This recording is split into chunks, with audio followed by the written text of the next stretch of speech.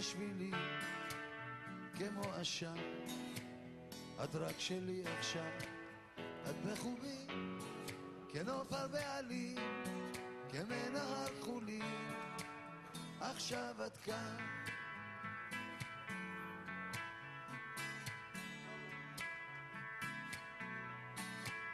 עכשיו את כאן.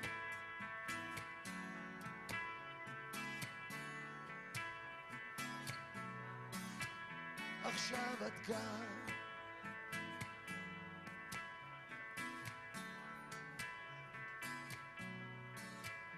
עכשיו את כאן.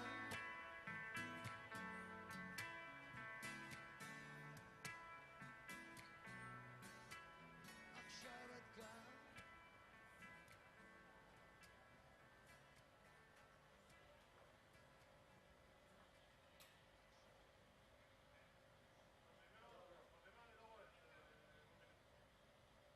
La la la la la la la la la la. Yes, yes. Makan siang. Janjinya. Baca. Skill.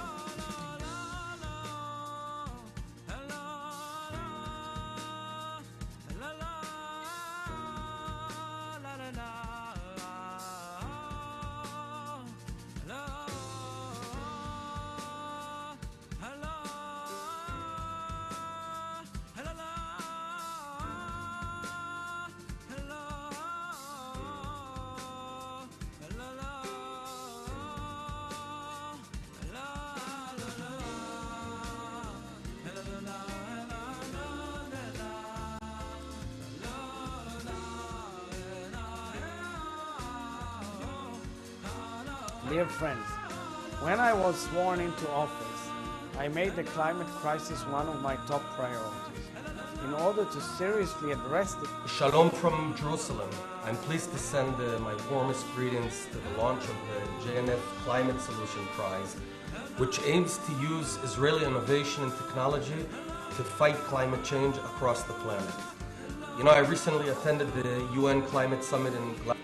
Good morning and greetings from Singapore.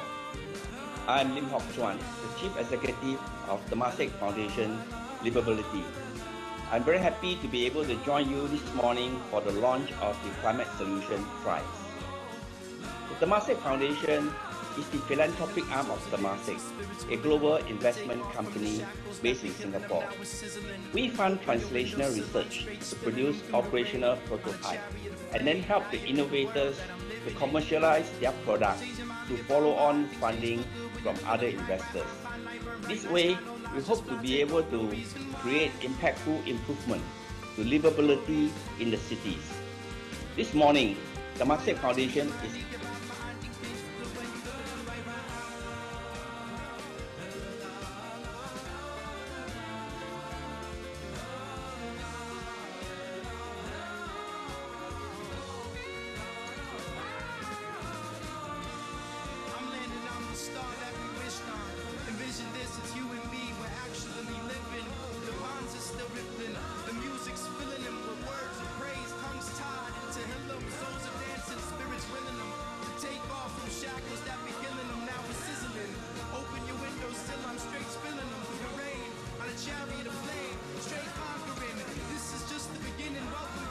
Dear friends, when I was sworn into office, I made the climate crisis one of my top priorities. In order to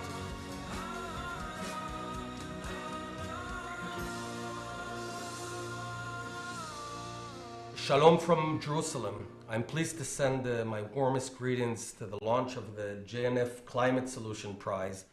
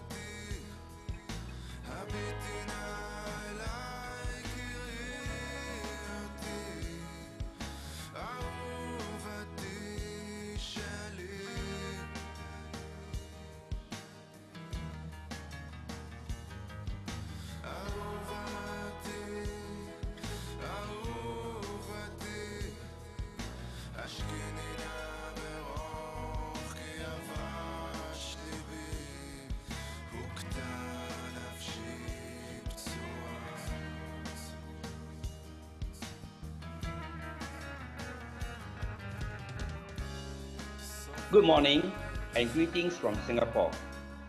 I'm Lim Hock Chuan, the Chief Executive.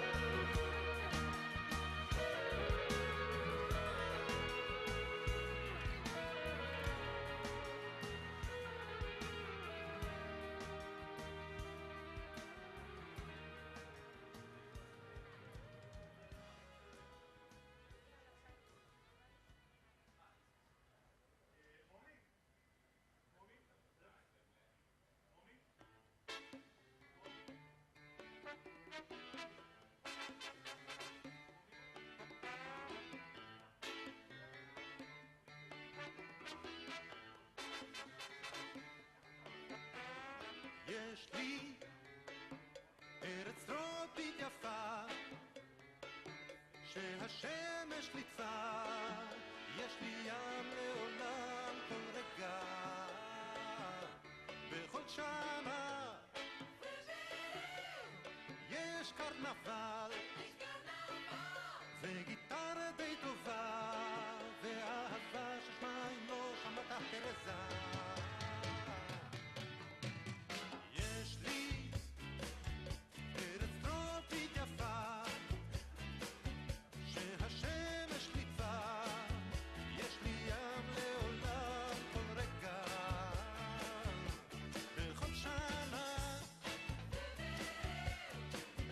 Carnaval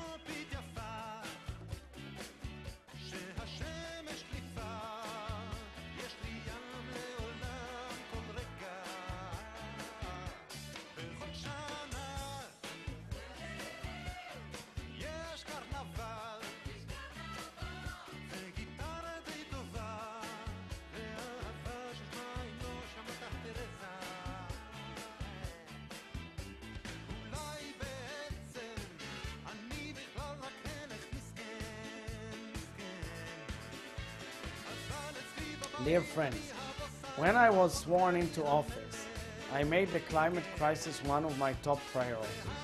In order to seriously address this burning issue, I established the Israeli Climate Forum under the טוב, leadership ושלום רב of לכם. former Knesset member Dr. Dov Chanin, a leader in the field, and run by Dr. אני Zohar מדבר Shalom. עכשיו, אני אדבר כדי I'm שכולם therefore so יבדקו. pleased to welcome 1, all those 2, gathered here 3, today 4, at the 5, Paris 6, Center 7, for Peace and 8, Innovation. 9, 10, Esteemed environmental 1, 2, academics, נראה לי שאני יודע research לספור. institutes, אולי עוד קצת. leading venture capitalists and בסדר? מיכל, אני יודע entrepreneurs and לספור startups. יפה? זה בסדר? You are all כן, סבבה. ideological crooks. אנחנו בסדר? כן? הכל טוב? יופי.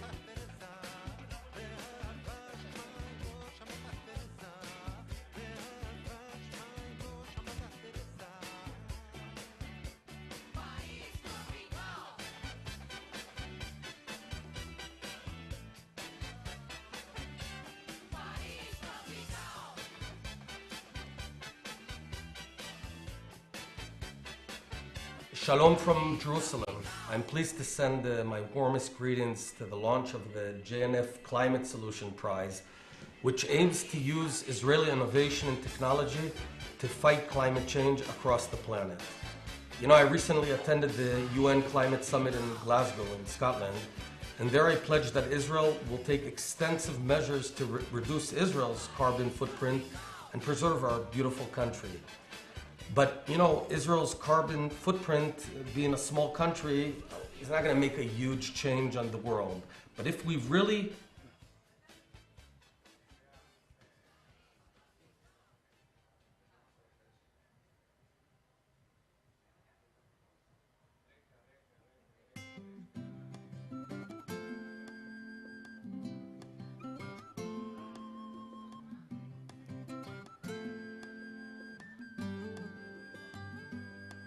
את עולה כמו שמש היושבת מעליי ורושמת בקרניה את יומי. את קרובה כמו גשם על ראשי ועל פניי והמים שבפי לטעמי. את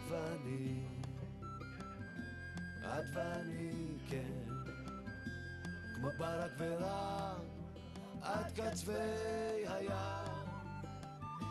את ואני כן זה נשמע חזק יותר מהעולם. שנינו יום ולילה סובבים ללא לאות, זה מזה באים וזה לזה שווים. כמו צבעי הקשת עוד נקשור ענן בחוט ונאמר לו שמע באים ימים טובים. כי את ואני Dear friends, when I was sworn into office, I made the climate crisis one of my top priorities. In order to seriously address this burning issue, I established the Israeli את ואני כן זה נשמע חזק יותר מהעולם.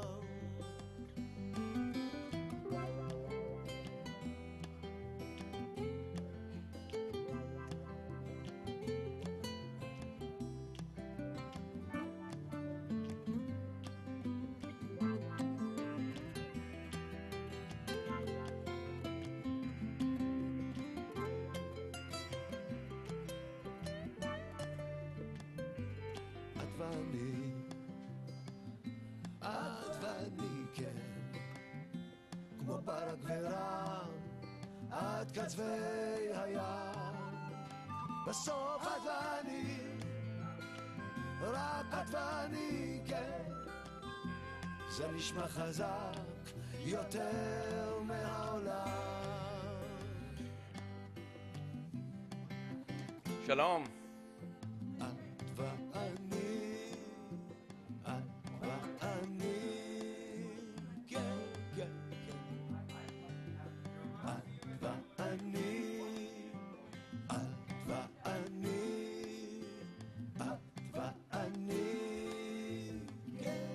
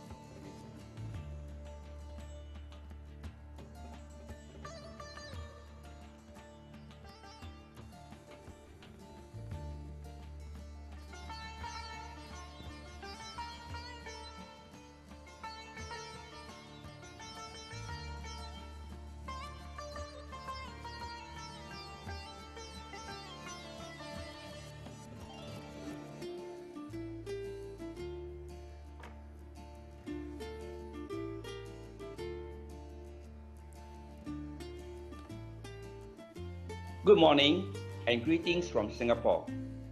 I'm Lim Hock Chuan, the Chief Executive of Temasek Foundation Livability.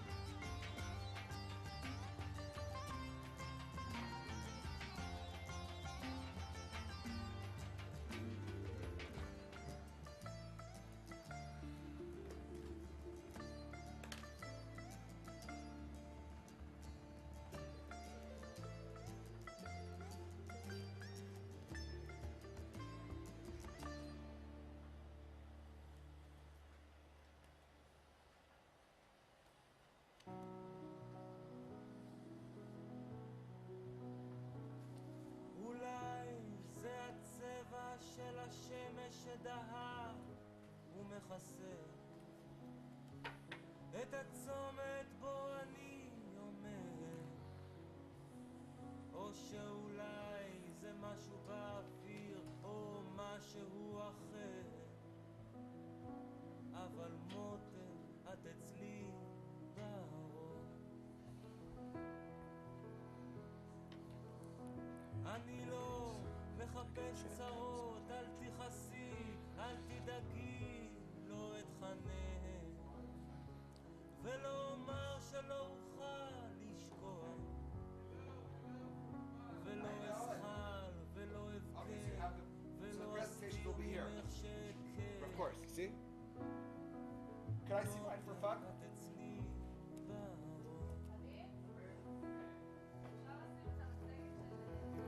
אפילו שמוחי הזוי ועולמי סגור וצר, איפה היית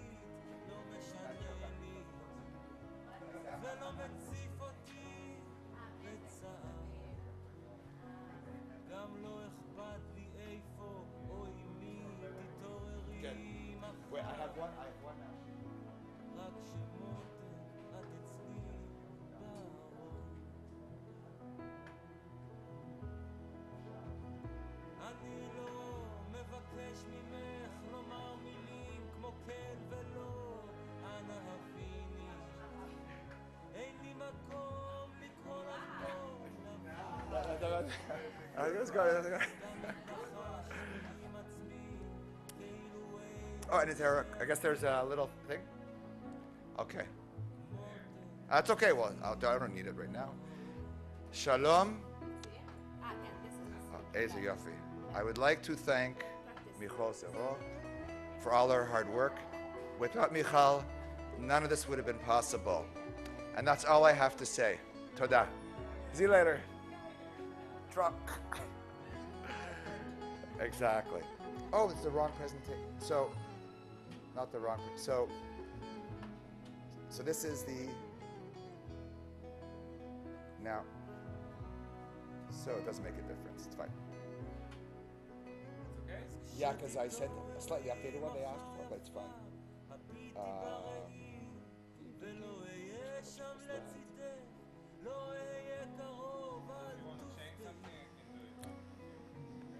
Okay, I might email you also.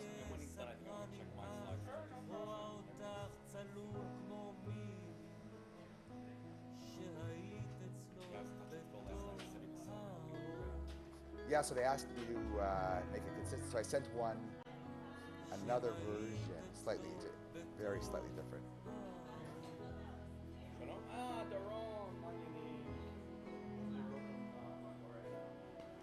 Shalom, what an honor to be here. I thank you all for making the time to prioritize solving what is likely our most pressing long-term essential threat, the climate crisis. Thank you for it. Okay, good. And called the Startup Nation. Today, the stakes are higher. If we don't turn things around, we are looking at frequent.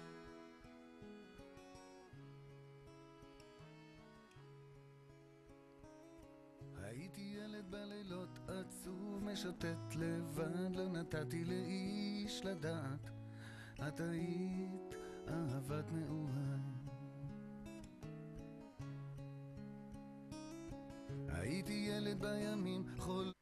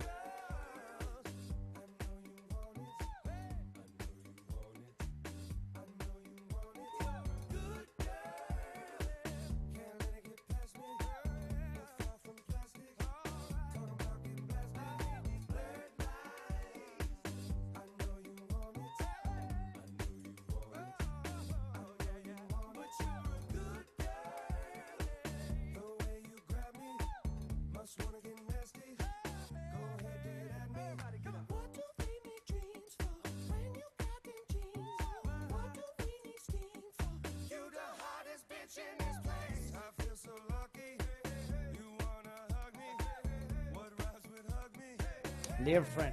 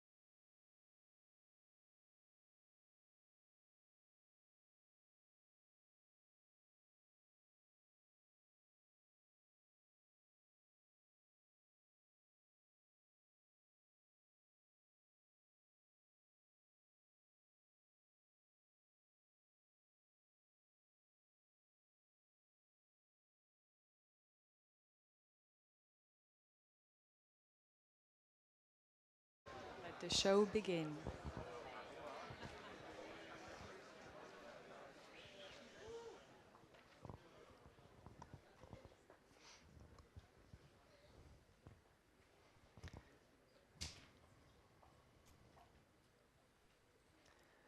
Flash floods, drought, raging fires, Melting icebergs, extreme weather. hunger, air pollution, All of this happening at a fast-paced. carbon sequestration, green tech, clean tech, Energy efficiency, innovation, renewable energy. carbon mitigation, drip irrigation, predictive maintenance, food security, recycling, waste reduction, solutions, climate solutions. And that is what all of us are here today. Welcome everybody here in the audience, and everybody that is joining us from afar at this live broadcast, which many could not attend actually. And we're happy to have you with us in this broadcast as well. My name is Michal Seror, and I'm from Startup Nation Central. And I'm Galit Levy, here from JNF Canada. Thank you. We are here together, joining forces to bring the best of the Israeli innovation to tackle the world's climate challenges. How many people here today are from the academia? Please raise your hands. How many startups? Yay. Wow. Any investors in the audience? Yay. Anybody, government representatives? Any corporate representatives? Beautiful. Look at us. We are all here together today to be part of the solution. And true partnerships are key to offsetting the fast pace of climate change. We're graciously hosted here today by the Peres Center for Peace and Innovation. And who better than to open this session than the man himself, the man that needs no introduction, Mr. Chemi Peres, chairman of the Peres Center for Peace and Innovation. Let's put our hands together for Mr. Chemi Peres.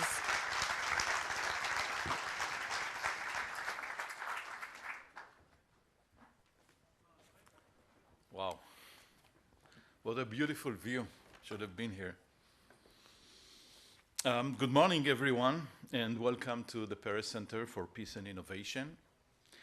The Jewish National Fund of Canada is partnering with Keren Hayesod L'Israel, Jewish National Fund, KKL-JNF, and Startup Nation Central, with the special support of the Peres Center for Peace and Innovation, to establish the Climate Solutions Prize, an unparalleled competition to incentivize climate tech innovation with annual prizes of more than $2 million for Israeli academic researchers and startups. Allow me to begin with acknowledgements and thanking our partners, participants, and organizers. This is why I need a paper, otherwise I'm going to be lost. So first, Jeff Hart, Executive Chair. Executive Chair of Climate Solution Prize. Lance Davis, CEO, JNF Canada. Galit Levy, Executive Director, Quebec Province, JNF Canada. Emily Levy Shochat, Deputy Chair, KKL-JNF. Chair of the Environment and Science Committee. My friend Avi Chasson, the CEO of Startup Nation Central. Galit Cohen, Director General of the Ministry of Environmental Protection. The Peres Center team, spearheaded by Lital Kipperman and Ofra Eshed. Thank you so much for your effort. And a special fast recovery message to Minister Orna Barbivai, who was supposed to be here, but unfortunately was unable to join us, and we send her best wishes and fast recovery. Dear all, Climate change is introducing humanity with a new era of unprecedented global threats. And indeed, the outbreak of COVID-19, in the outbreak, we entered a new era. We were all attacked at once, regardless of our nationality. The virus paid no attention to who we were and did not respect any border lines or any geographical barrier. To prevail, we had to change some of our worldviews. First, and it is the most important one, we had to collaborate beyond borders. No one can face a global crisis alone by themselves. As someone said, it will never be over anywhere before it will be over everywhere. Only if we are united in solidarity can we prevail. We need to be more scientific and innovative. For example, sequencing the virus paved the way to develop vaccination and drugs in no time. And technology really allowed us to find new shelters to protect ourselves. We use digital platforms in order to gather intelligence, while we continue to work from home, learn remotely, shop online, and Zoom with our physicians. And we had to be humble, respectful of what we are confronting. Perhaps COVID-19 was a wake-up call for all of us, and maybe a preview of what climate change crisis is going to be. Dear friends, it is now time for the Israeli ecosystem in its entirety to rise up to the challenge and remember that we are as strong as our ecosystem. We have to work together in full cooperation, government and academia, industry and NGOs, to innovate not only out of necessity, but innovate with a purpose. The Climate Solutions Prize Initiative is just about that. And it is at the core of everything we stand for at the Peres Center for Peace and Innovation.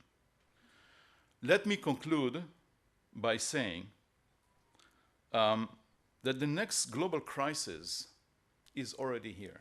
It's not whether it's coming or when it is coming, it is here and now. And we have no time to spare. Let us enter a new era of innovation with solidarity and creativity. Let us serve a greater cause, and let us dream big. And let us begin today. I know that President Isaac Herzog would have loved to be here in person and be inspired by this great audience, but unfortunately, he was unable to join us physically. Nevertheless, he did honor us with a video recorded message. And I urge you to pay attention to the words because they are important. Thank you so much and have a great day.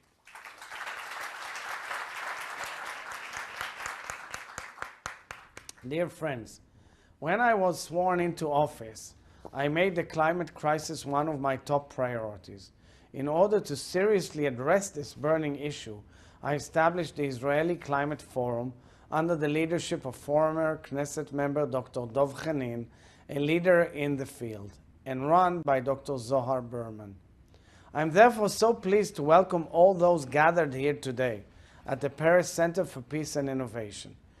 Esteemed environmental academics and research institutes, leading venture capitalists, entrepreneurs, and startups. You are all ideological troops who understand the crisis we are facing and are willing to join the multinational effort to fight it. You recognize that this is not a personal challenge, nor is it a local stumbling block or national dispute. What we are confronted with is an international climate crisis, which threatens not a vague, distant future, but our tomorrow. It is a man-made crisis, which our children and children's children will be left with. We are seeing the dramatic impact of climate change all over the world, and it is clear that this important issue has become urgent. But in a world of interests and fears, In a world teeming with distrust, global crisis can become a catalyst for partnerships because latent in every crisis is an opportunity. This is why the Climate Solutions Prize initiative is precisely what we need today. This prize excites the famous Israeli creativity and curiosity that turned us into a startup nation and compels us to live up to this reputation. This is Israel's opportunity to be a global leader in meeting the challenges of climate change. It is my firm belief that here in the Middle East, we must address this challenge on a regional level. We see our Mediterranean area become drier, making it even more vulnerable to drought and wildfires. We're experiencing a decline in annual average of precipitation and an expected rise in Mediterranean sea levels. This problem is therefore no longer imminent. It is right here. And so, I've begun to recruit our Middle Eastern neighbors for a regional collaboration to tackle the climate crisis together. Here at the center, named after the great leader who coined the phrase "a new Middle East," it is time for a renewable Middle East, be it Greece, Cyprus, the UAE, which I recently visited, Egypt, Jordan, Turkey, and of course, our neighboring Palestinians. We need ongoing discussions. I'm committed to keeping this on Israel's multilateral agenda, knowing that we share the challenges and we can all benefit from the solution.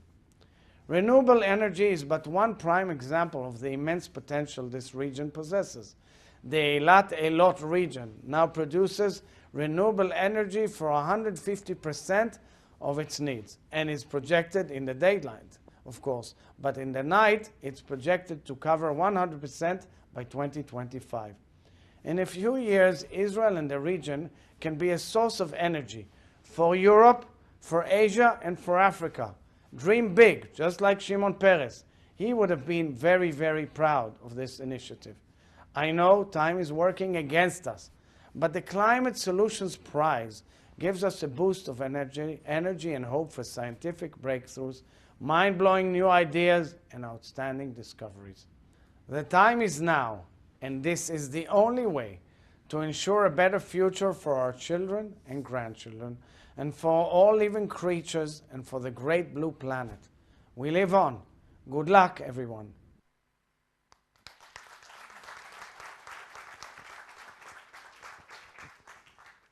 Beautiful message. And now, ladies and gentlemen, it gives me a real pleasure to introduce a special greeting by Mr. Naftali Bennett, the Prime Minister of Israel. Shalom from Jerusalem. I'm pleased to send my warmest greetings to the launch of the JNF Climate Solution Prize, which aims to use Israeli innovation and technology to fight climate change across the planet. You know, I recently attended the UN Climate Summit in Glasgow in Scotland, and there I pledged that Israel will take extensive measures to reduce Israel's carbon footprint and preserve our beautiful country. But, you know, Israel's carbon footprint, being a small country, is not going to make a huge change on the world. But if we really want to move the needle on climate change, we in Israel can contribute our most valuable resource, the energy and brain power of our people. That's where we can make a difference. Because if the world wants to reach its goals, it needs new technologies that have not yet even been invented. And we in Israel need to innovate, invent, and execute. That's why we greatly appreciate the work of JNF Canada, Keren Kayemet L'Israel, the Peres Center for Peace, and Startup Nation Central.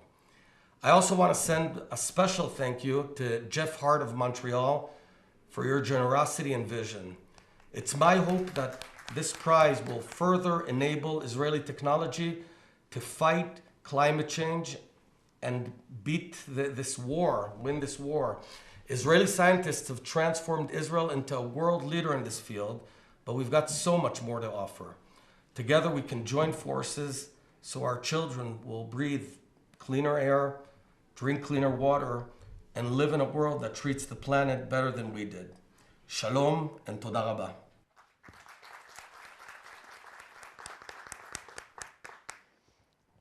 A significant government force to drive forward climate solutions and take words into actions is the Ministry of the Environmental Protection. It's my honor to invite to the stage Ms. Galit Cohen to say a few words.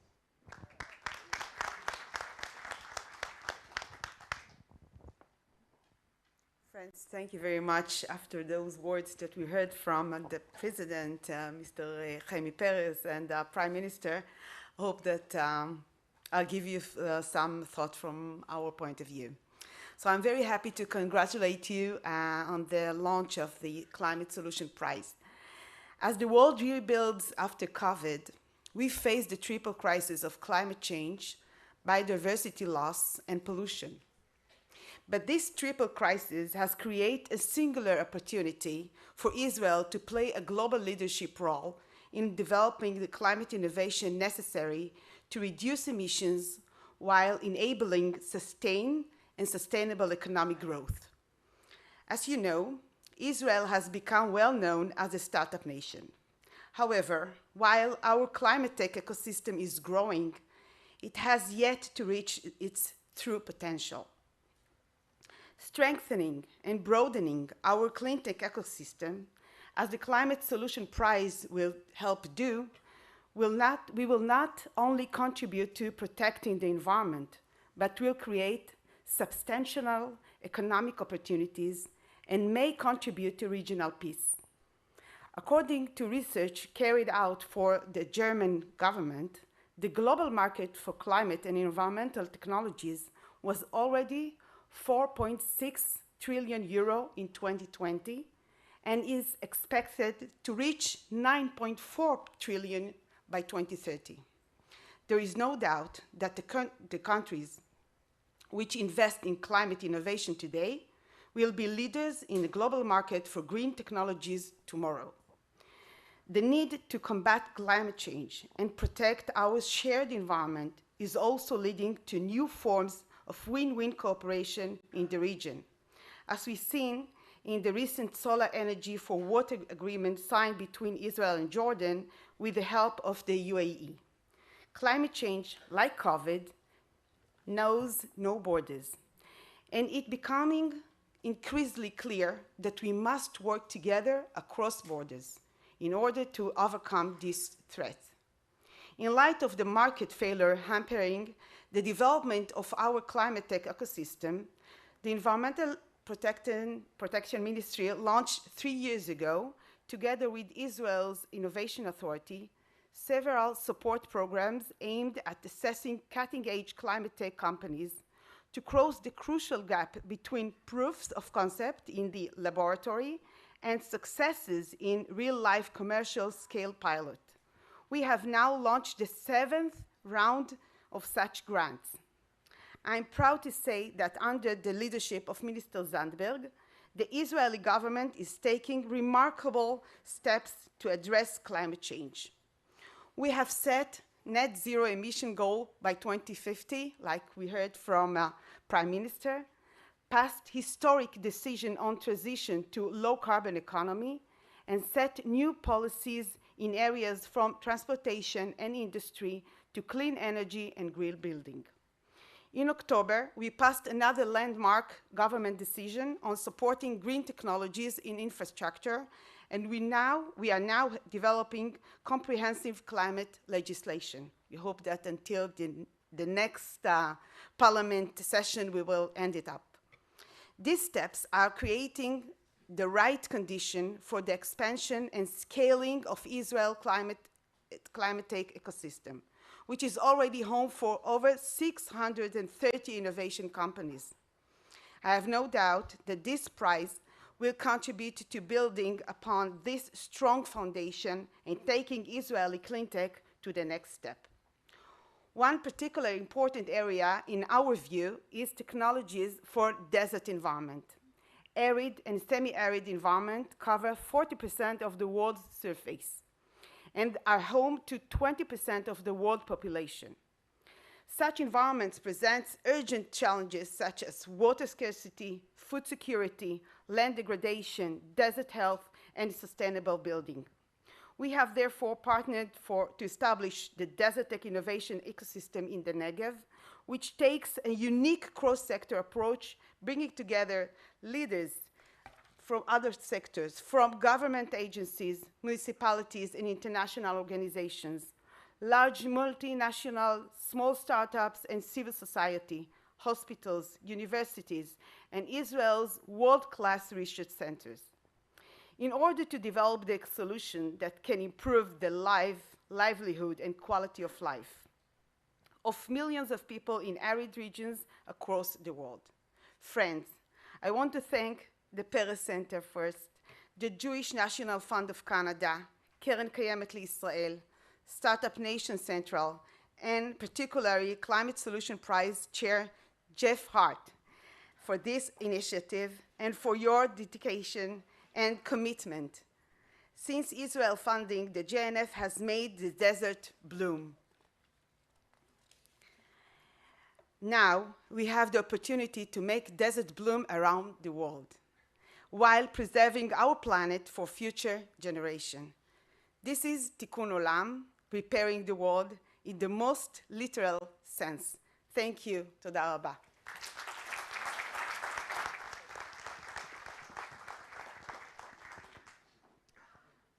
And now it gives me great pleasure to introduce another partner that has been absolutely instrumental in bringing this prize to fruition, Kakal Israel, JNF's Canada Extended Family here in Israel.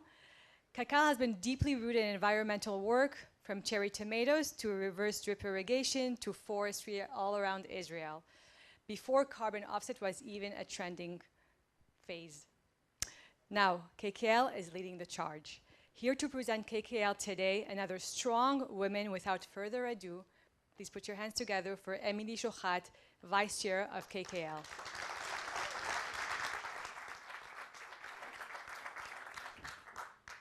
Thank you very much. I feel like I helped, not I feel like, I know that I helped contribute to the crisis this morning by taking almost 2 hours to drive here in my car with all the other cars on the Ayalon and elsewhere. And as I was saying there's something wrong with this picture. Here I am. I'm part of it. And I'm going to talk with people who all get it. Anyway, we're here together. We all got here. Hopefully, the transportation system in this country will continue to improve. The work that Galit speaks about, and we've spoken, and we will talk more, continues. It's good. There's good things happening. I'll not repeat all the names and all the positions if nobody minds. I think we all know who we're sitting with, and thank you to everybody involved, particularly to Jeff, there's no question. So now my more formal part that I had written, okay? What a delight to meet again as we join in our joint effort to battle the climate crisis moves to its next stage, the opening of the call for applications.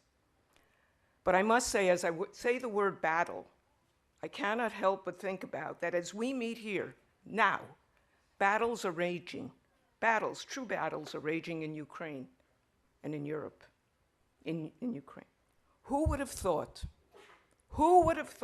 that in 2022, Europe would be the scene of tanks, soldiers, and destruction of property and human life?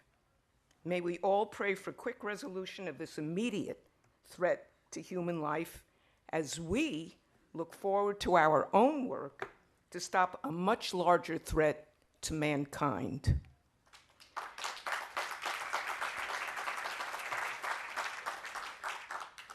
In just a few more months, our prize winners will be chosen and the real work shall begin.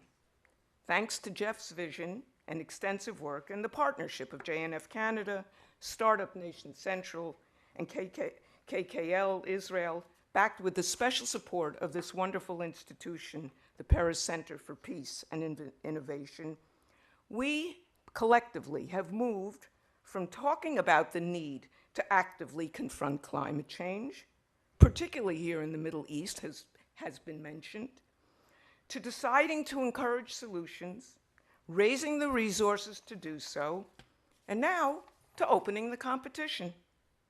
I excitedly look forward to the next event in the process, the announcement of the prize winners in October. I am very honored to represent the KKL JNF Israel Board of Directors in this endeavor, And I'm particularly proud to inform you that just 2 weeks ago, we took a significant step forward in strengthening our commitment to the climate crisis effort by unanimously voting to generously fund and establish the KKL Center for Climate Control. The center, under the leadership of Lior Gottesman Fischer. Lior, I don't know where you're sitting, but she's here in the back, and I suggest people get to know her during the day. She just began her work in November, works closely with Dr. Doron Markel, our chief scientist. The center, under her leadership, will plan and execute on-the-ground projects of renewable energy, energy efficiency, sustainable building and climate leadership development in municipalities throughout the country. It's not just in Center Tel Aviv. We're committed to working throughout the country in what's called the periphery, but not only. In addition, research and pilot projects related to renewable energies like energy storage and agrovoltage, water efficiency, and other environmental concerns will be continued, and some new ones begun. Although Lior began her position only in November, she and Doron have moved forward quickly. They well, as do we all, understand that every day, every week counts in this battle. Over the past few months, Israel has begun to move towards more ambitious climate targets. Galit, I would hope we can do even better. Not only me, but I'm sure we all do. And we see it as our responsibility to be among those, together with government agencies and others, and nonprofits and everybody, to lead the way to achieve them. I encourage you to speak with Lior and with Doron during the day today to hear about our work and to consider opportunities for joint efforts. Friends, I have no doubt that we shall succeed in making a difference. Not we, Kakal, we. I look back just a few years when skepticism and denial characterized the attitude of many, too many, towards climate change. Some of these folks are still around, but I am hopeful because, against the odds, efforts like ours and by governments and bodies around the world are being made, and a just and sustainable future is being born. In closing, I again thank Jeff and all our partners, and thanks to all of you who have come here today to take part in what I'm sure, promises to be a day of learning, sharing, and joining forces for a safer future. Thank you.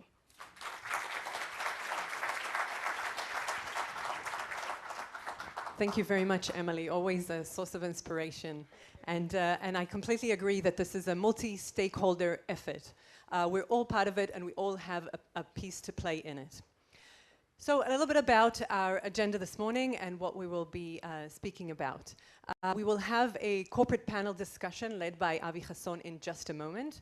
And then afterwards, we have a fireside chat between two generations that are going to be coming on stage, and we'll be looking at how the generation that was here and the generation that is here in the future are having this discussion about climate tech amongst the years. Afterwards, we will have a conversation, a four-way panel about the Israel climate tech sector. And obviously, we will not let you leave this room without hearing all the details about the Climate Solutions Prize, both the research and for the startups. So hang in there. This is going to be a very interesting morning. So companies around the globe are under increased pressure from the investors, from employees, activists, the legislation and the regulation, obviously, and also the consumers to take meaningful action on sustainability and climate. And many of them are actually responding and responding really nicely. So we have brought to you today some of the most meaningful organizations here in Israel that are not only doing, but also adamant to make a change. And actually, the faster the better. We're on the climate clock now. At Startup Nation Central, we host over 80 digital and in-person delegations from around the globe, and many are turning to Israel eager to find the right solutions for their sustainability challenges.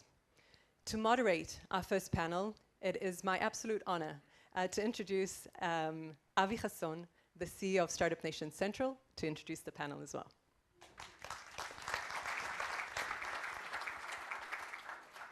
All right. Good morning, everybody. I'll grab the mic. Okay, we've decided on a no jackets panel, so I apologize for anyone not as fashionable as, but because we're talking about action here and about solutions, which we'll be focusing on. And I'm really pleased to be here today. It's an exciting initiative. And I was telling Jeff, thank you, Jeff, by the way. I don't think we've thanked Jeff. Thank you, Jeff. But seriously, this initiative is exciting in my mind simply because it is an initiative. We're here at a launch event, which is exciting. But what's more exciting to me is the overall commitment to continue not just in the different tracks, but in ongoing actions with multiple solutions kicking in. And this is not the subject of the panel, but at Startup Nation Central, we've taken climate and climate technology as one of our primary areas of focus in the years to come. And this is the first sign of our commitment, but more to come ahead. So Michal has spoken about the private sector speeding up commitment to meet this challenge.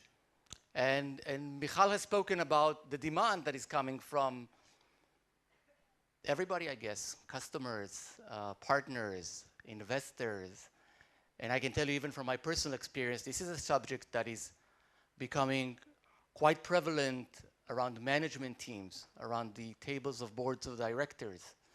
And it's way more than just utilities, recycling companies, renewable energies. It affects each and every company at the private sector. If you can just put on the next slide, a very famous quote that I'm sure you all know, but there's a lot of truth to that. Every company in every industry will be transformed by the transition to a net zero world. This means that there are risks associated with any business that is out there that needs to be mitigated, but there are equally interesting and exciting opportunities that emerge out of that. And what we're here today is really to talk about some of these trends with leading multinationals from all over the world, but also here in Israel. And I'm very fortunate to have this great group of speakers. Let me invite you onto the stage so we can start over. Eran, I see you sitting here. So Eran Levy, founder and general manager of Enel in Israel. Yeah, hi. No, I'll sit here. Yeah, so Enel has been doing a lot of things in the Israeli, from smart grid to energy. We'll talk about some of the initiatives. I still remember when I was still chief scientist, I think you started out here. So great to have you here with us. Aryeh Mayer, the startup representative. Aryeh is the managing director of Merck Life Science Israel, over 350-year-old company.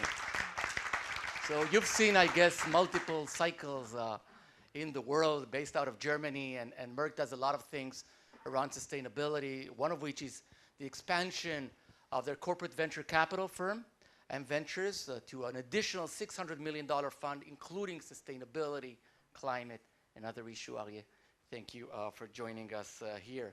Amit, I see you right here. Amit Arel, partner at Deloitte Catalyst, more and more putting ESG as a core focus, simply to meet the demand of their corporate clients that are, as I've said, are becoming more and more interested. And we actually need a productive person on the ground. So Omer Kulka, CMO of Kornit. Kornit is a local unicorn, a sustainability unicorn, I would say. Part of the fashion industry, which unfortunately is not known for its great sustainability and environment protection, but Kornit is disrupting that industry and bringing in exactly the right mindset, and we'll be hearing more of that. So again, what we'd like to cover here is really try to understand what sorts of demand is being created and what sort of opportunity it opens to the Israeli climate technology companies. I think it was discussed prior by some of the speakers, and we want to cover a little bit about that. I want to start with you. You have a very broad perspective of the market. And as I've said, sustainability and climate, ESG, it's becoming top priority for your organization simply because it's becoming a priority for your client and your global clients. And very interesting to hear really what you're seeing in terms of growing needs and regulation around ESG, specifically the environmental part of ESG.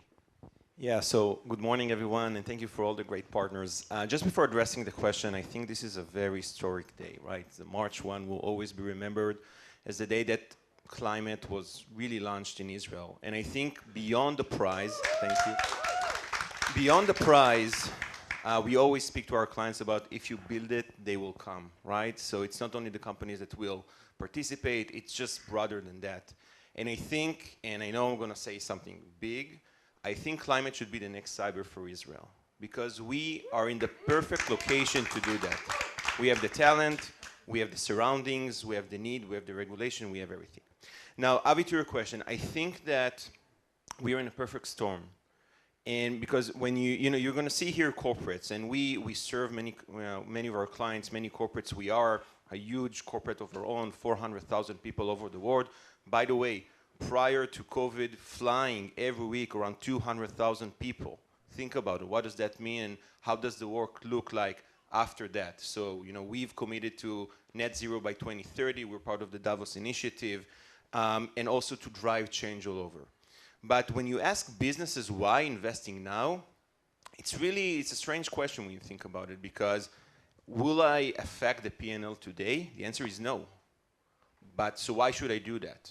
And the answer is that environment is changing, but also society is changing.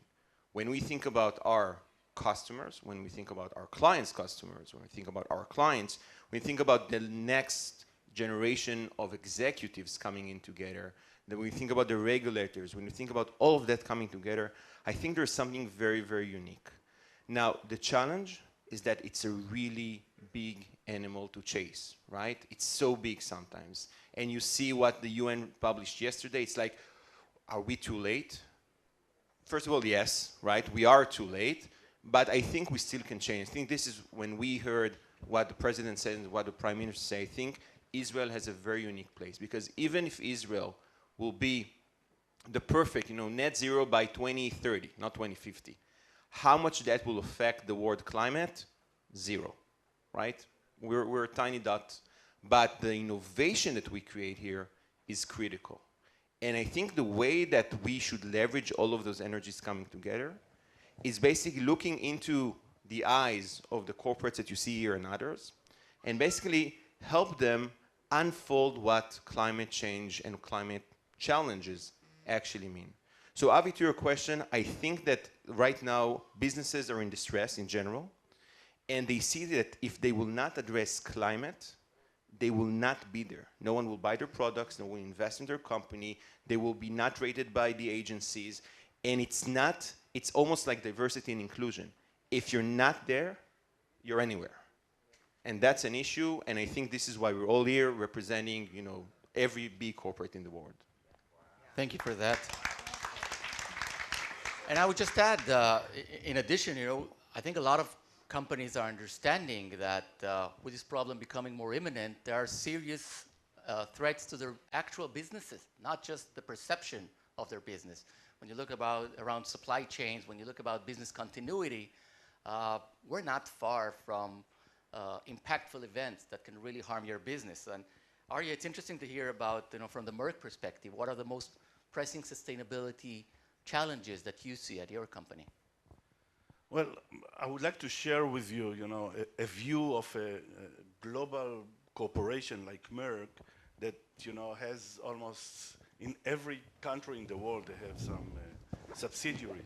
And here in Israel, and we are coming here to our small place, we have 3 plants. And I'm talking about the life science part. One in Rehovot, the other 2 are in Jerusalem. And we are dealing, fortunately or unfortunately, with biotechnology or chemistry and biochemistry and etc. And we know what is the outcome of those companies. And in the last few years, what we are viewing is that there is a lot of pressure from the, I would say, the management of the company to push for sustainability. For instance, decarbonization. I mean, we are getting targets and objectives, very tough one, year after year for the last, I would say, 3 to 4 years to push to reduce it. Water consumption, et cetera, et cetera. I mean, in every part. But the main part is, you know, how do we move into green chemistry? And how do we move into processes that use chemicals which are more friendly than it used to be up to, I don't know, about 10 or 5 years from now. So there is a lot of push towards this direction, and this will keep on moving. The main question that we are asking ourselves, especially here in Israel, with all the innovation, etc., is what is the next stage? And I think that this is the reason why we are sitting here, just, you know, to make a brainstorming, you know, how we move it into a profitable business, because we know that if it will not be profitable, it will not move, you know, farther beyond towards, you know, saving humanity, etc., etc. So I think that this is the part in which not only us, everybody should think about, you know, what will be the next stage of making innovative ideas towards, you know, saving, you know, humanity, I would say. Thank you for that. Eran, Enel is in the center of this, right? That's your daily job in many aspects. So really interested to hear your view. Also sharing some of the actual activities and initiatives that you put on the ground in Israel and worldwide to try to push this agenda forward. Yes, we are already in the next stage. We are deeply in the making of energy transition and decarbonization. This is actually our day. Thank you very much. This is actually our day-to-day life. For this purpose... You're on mute. No, seriously? It's okay, no, it's okay. For this purpose, we are operating a global network of 10 innovation centers. It started in Tel Aviv, by the way, 5.5 years ago. And our purpose is to bring in sustainable innovation in order to support this purpose of decarbonization and digital transformation of the grid and the energy transition.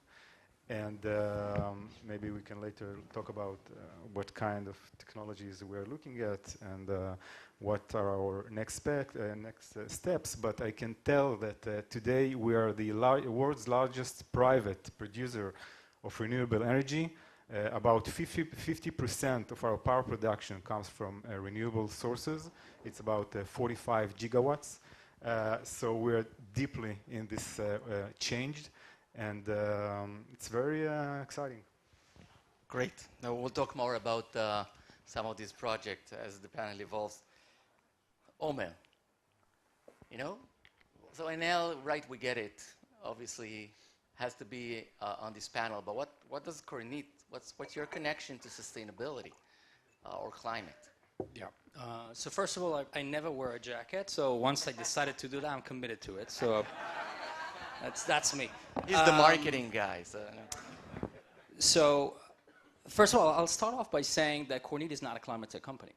And that is an important statement because I think it opens up the discussion further more than what we have so far, because I think we need to look at the bigger picture. So what we do is we actually develop technology to change the world of fashion, to change the way fashion is being made. And it sounds that it has nothing to do with climate change. But after the energy sector, textile and fashion is actually the second most polluting industry in the world. And right now, just because of a business model constraint, fashion produces 30% overproduction is baked in the way they do business, the way we do business, because we want to be a part of this industry and change it from within. This 30% alone, just this 30% of overproduction is responsible for over 140 trillion liters of water wasted a year. That's over 16 years of drinking water for the entire planet's population. Just the 30%, that's it. Our technology is actually changing the way fashion is being made in order to make it into on-demand, sustainable manufacturing. So it's changing, it's revolutionizing the way people make fashion, how they do clothes, apparel, whatever it is. And that actually changes an industry. And again, the impact, and we talked about the innovation having a broader impact than what we just do by ourselves. What we do, our technology obviously is sustainable. It's completely dry, everything is biodegradable, it's purely sustainable because it has to be operated in the most strict areas in terms of sustainability. So we have systems, large systems with large customers operating in California, in LA, in places like that where sustainability is regulation is very strict. So that's the immediate impact that we have on the sustainability, right? We produce sustainably, but that's very, very little. And the indirect impact is much larger than that, is much broader than that, because every t-shirt like this that was produced on demand saved a lot of money. Do you know, a lot of money? Yes, also. And it's important, we'll talk about that as well, because sustainability without economic viability doesn't hold anything. Yes, it does impact the P&L. Actually, it makes it worse in many times. So you have to look at the P&L, and you have to make it sustainable in the long run. In order to produce this t-shirt alone, 2.5 tons of water were wasted. 2.5 tons of water. This pair of denim, 7.5 tons. So I'm wearing 10 tons, not including the jacket I committed to. And if we don't do it on demand, if there are like 30% of those just not being consumed, chucked somewhere elsewhere, these are resources that were wasted. Everything was wasted. So changing the way we produce, changing the way we consume actually changes the way we behave and create a much larger impact on the environment, more so than our specific technology and the way it uses less water than the competitors. So I urge everybody to look much broader than just climate tech, much broader than just the direct impact you can make that making something dry, but actually look at the bigger impact and how we can really move the needle on a global scale rather than just our technology, our company, our customers. So that's our connection to. Great. And maybe just a quick follow-up on that, because you've been collaborating with some of the world leading retailers, both online and offline. How much is that important to them once you present that value proposition? So I have to say it's super important to them. But when you look at the execution of things, there's a big variance, because there's a large scale of from greenwashing all the way to true commitment, and we've seen them all over. The good news is that everybody is going further away from the greenwashing, whether they want to or have to. It doesn't really matter at this point in time. Everybody's moving towards the real deal, so really saving this. So yes. It is something that is super important to them, but there is a challenge. Us as consumers, we want greater value. Some of it is sustainability, environmental value in what we buy and what we connect to, but we're not always willing to pay more. And this is where the challenge always is. So P&L-wise, yeah, so how do I commit to sustainability? How do I provide that value to my customers, but they're not willing to pay more, and it costs me a lot more to do that. And this is where these corporations and just to add, Avi, I think that this is why the change has to come from within the corporates and not from outside you. So we always speak about customers, right? But at the end of the day, we see it now in our economy that, raising taxes, making stuff cost more doesn't really push away enough the customers, right? And at the end of the day, I want to buy a t-shirt. I want it to look good still after 100, runs through the washing machine, and the price. It's more important than if the company is sustainable or not. So if we'll wait for ourselves as consumer to make the change, I don't think it will happen.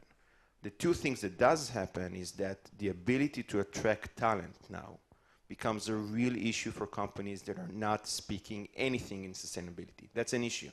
And today, I don't know if it will always be the case, but today when we are in what we call a workers' market and not the employers' market, these matter, right? I see, not in climate, I see in diversity and inclusion, startups that don't have female representation will not get funded.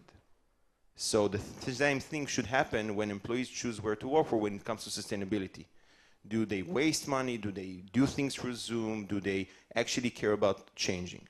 The second thing that will happen is that leaderships are changing in this organization. So as younger generation becoming the C-level, this is where the change will happen. So I would say let's not wait for the consumers, but we have to change from within. Here, here. Okay, let's talk about a little bit about engaging the local ecosystem. We sit here in Israel, in this beautiful place, in Tel Aviv, Jaffa. Eran, it's interesting to hear your point of view because, again, you've been a player here with many different initiatives around innovation labs and other things. Really like to hear your perspective on some of the achievements, the models, things that work, etc. So Enel is a global player in the energy business. We're operating commercially in 35 states in all continents. Actually, Israel is the only geography in the world where we don't have any commercial activity. We're only working with startups. By today, we've been doing more than 200 projects with startups around the world in order to support the energy transition and decarbonization strategy.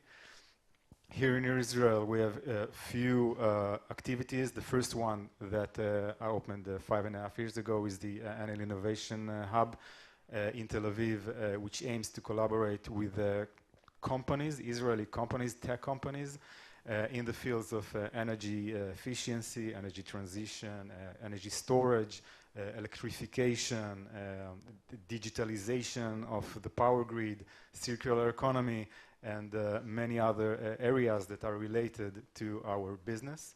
Then we opened InfraLab in Haifa together with Shikun V'Binui that focused on construction tech, sustainable building, because we also a huge builder. All the power plants that we have, solar fields, wind farms, nuclear plants, everything we build on our own. These are huge building projects, so we want it also to be sustainable. So we're looking at technologies like automation and AI and materials and circular economy and others in order to make the construction processes more sustainable. Then we open our third activity together with MasterCard in Be'er Sheva. It's called the FinSec Club, and it's focusing on, don't ask, but fintech and cybersecurity for the financial services, just because we got a license from the Italian government 2 years ago to be a digital bank. This is also interesting story. I can tell more about it later. But this is it's crazy, but it's somehow related to our energy business. And it, by the way, is a very good example to how innovation can take you totally out of your core business and create new business. So we are going to be a digital bank and an energy company in parallel. And very soon we are going to open our fourth activity in Israel. It's a lab. Just signed new offices in the center of Tel Aviv. And in this lab, we're going to work with early stage startup in order to co-develop new technologies in order to, we are going to be focused on sustainable construction of renewable energy power plants. We are going to automate all this business, which is, this is a Fortune 100 company. This is a very, very big company. Everything that we're doing comes with a carbon footprint, right? So the decarbonization in our case will radically change all the statistics in our sector.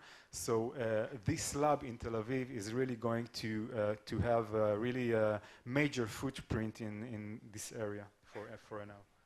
Great. And again, this has been an ongoing commitment, so I'm sure you're here to stay.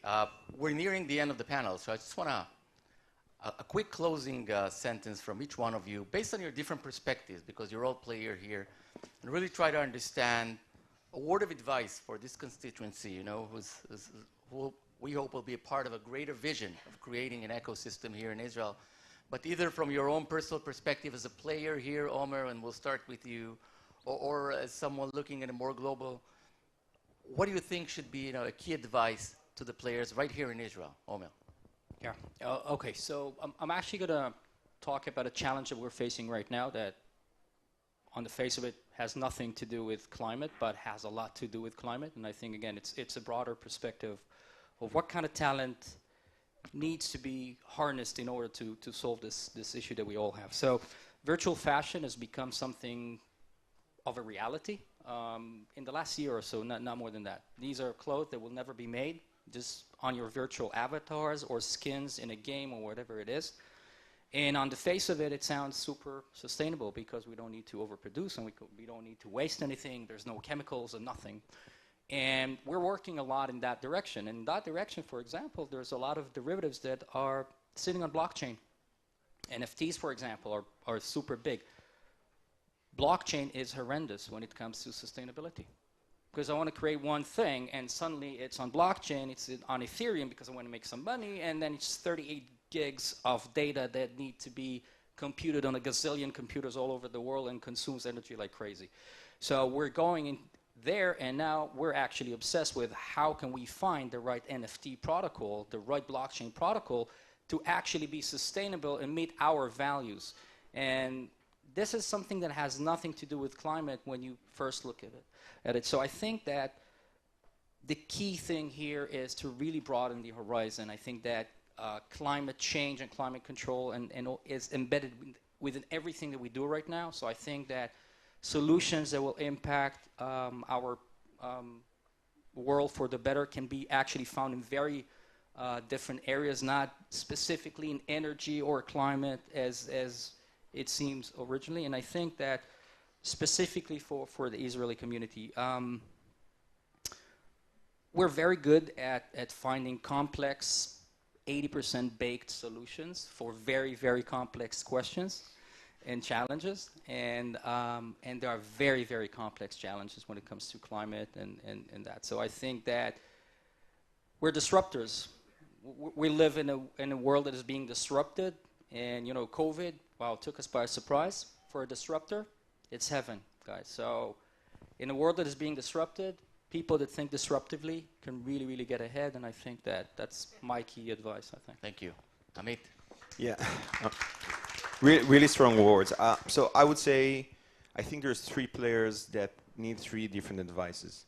First, for corporates, the advice is build your climate labs in Israel, right? If you want to invest in the future, be here in Israel. For the government, for the regulators, make it easy to work in Israel. And it's not about the desert. It's about the ease of use, the sandbox that needs to be for transportation, for mobility, for sustainable retail, whatever. Just make it very, very easy for the local startups and the global corporates to innovate here. Right now, it's not that easy, right? If it was that easy, we were not needed, SNC were not needed, and the Israel Innovation Authority were not needed. So that's for the regulators. And for the startups, I know it's counterintuitive, don't speak about dreams, because corporates move in linear steps. So yes, have a North Star, but speak about where do you fit today in the current life cycle of the corporate and how you can help them save money, generate new business, maintain their market, increase the market in a year. Because when you speak with corporates in 10 years, most people that are listening to you will not be there. When you're speaking about the next 36 months, 18 months even, this makes sense. Thank you. Aryeh. Well, I think that the role of innovation, at this stage is to move the needle from philanthropic or semi-philanthropic actions to a real profitable business. And I think that this part of innovation is very, very important, how we move into that stage. Thank you for that. And Eran?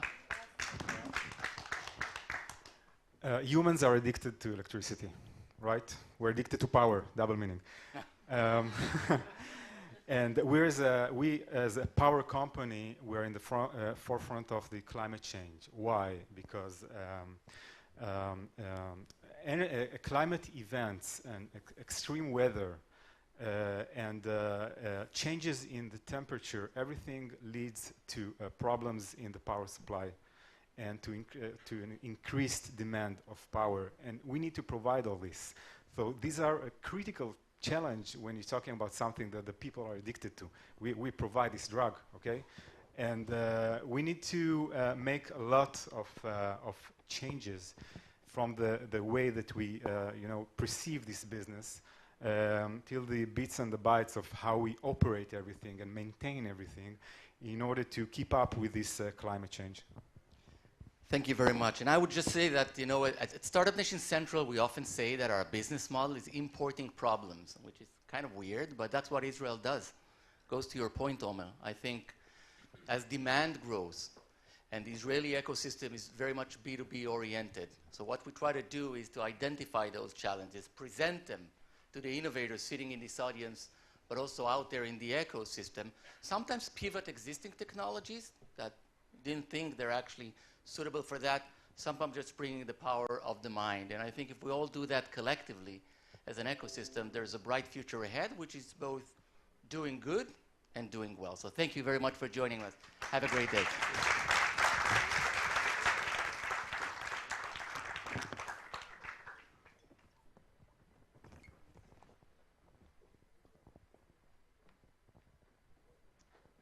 Gentlemen, what a really interesting panel. I hope we get to hear more later. I want to reiterate what Amit said. This is a historic day, not only because we're bringing key stakeholders together to make Israel a global hub, but we're bringing multiple generations together. The climate crisis has been vocalized over the past 2.5 decades and more recently by our youth. Today, not only has climate action become the norm, it has sparked an entire generation that is genuinely concerned about this topic to be vocal about the climate crisis. Climate change has climbed to the top of youth concerns.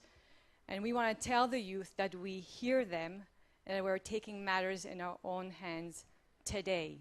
And we want to encourage them to join us, maybe. Yes.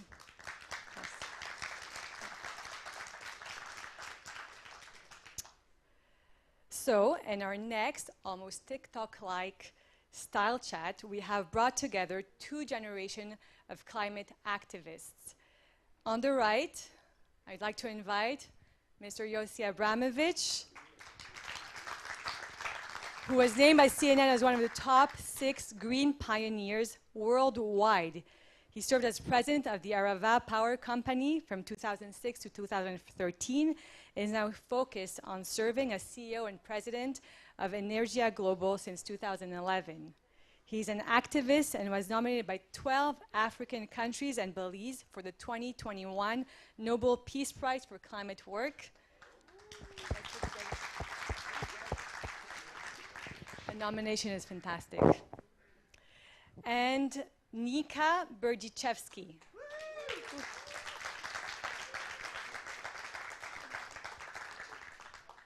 Nika is a young and passionate activist, and she's the leader of the movement Strike for Future. Ladies and gentlemen. Thank you, Galit. Thank you, Climate Prize. Thank you. I want to thank President Herzog for calling out the amazing success we have had in the Arava. He's coming Thursday, so I want to thank him very much because he's coming to highlight that success. Now, Nika, when you were 2 years old, something you don't know, we haven't talked about this, there were 0 solar kilowatts connected to the Israeli grid. Wow. And Chemi's father came down to the Arava to meet the Arava students. He would have loved you.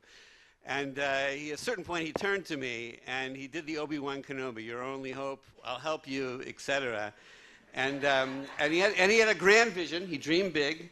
And he wanted the Arava and Eilat to be the first region to hit 100% daytime. And I had the privilege of coming to you 2 years ago to say, mission accomplished. And so he got us started in the Arava. Now, so when Jeff Hart cooks up this dream of Israel being a renewable light unto the nations, sparked by this climate prize, of course I believe him. Of course I'm there. But it actually doesn't really matter what I believe. What matters is Nika and the next generation. So Nika, thank you. Tell us about what is Strike for Climate and how did you get involved? So, Strike for Future is a global movement that started 4 years ago by Greta Thunberg, who decided to do a strike every Friday in front of the Sweden Parliament. From then, it became, and it got bigger. It became a global movement, and we here in Israel represent the Israeli movement of Strike for Future. How did you get involved, though? So, in August 2019, I was sitting at home when I saw a post on Instagram about the fires that were happening in the Amazon rainforest. And I felt that something was going wrong because I knew that the Amazon rainforest represents 20% of our oxygen that we all breathe. And so I thought, how is it possible that people are burning the forest if our oxygen and plenty of lives live there? So I decided to search on the internet for some information about what's going on, and I came across a strike on the same week, on Friday, on my school hours. So I decided I will go after my school, after my lessons. Thank you. So I decided I will go to the strike after my school lessons. I called to my two best friends and I asked them if they want to come with me. Unfortunately, they said that the issue didn't interest them. So after thinking a lot, I decided to come alone. When I came to the strike after my school hours, I felt a certain feeling of identification with the people who were there. I saw signs and people screaming and shouting, climate justice, there is no planet B, stop fires in the Amazon. I gave my phone number to the people who were there, and that is how I joined to the movement. Right now, I am active in the realm of governmental team in our movement, and that is what I do. And I've seen her at rallies, at the Knesset, and of course here. So, Dugri, what are your expectations and the next generation's expectations of the Prime Minister Bennett and alternative Prime Minister Lapid? My expectation from the government is to understand the seriousness of the situation that we stand to front, and to show us, the young generation, and for everybody, that the decisions that he will take today will affect our future tomorrow. The actions and the decisions that he will determine today, that is what will affect my future, and the consequences of the inaction or actions that the president might take will affect me and all the people that will come after me. There's an article in Globes today that Israel is the only OECD country without a plan on and without a climate bill. So how does that make you feel?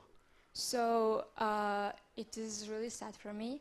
I was last week in the conference of Israeli climate from the newspaper Haaretz, and so there Tamar Zandberg said that there will be a climate law this year, and so I can tell from personal experience that I had a lot of meetings with Knesset members when I talked with them and I met with them. And so before every meeting, we prepare ourselves and we determine our goals from each meeting. And so before every meeting, we decide what are goals.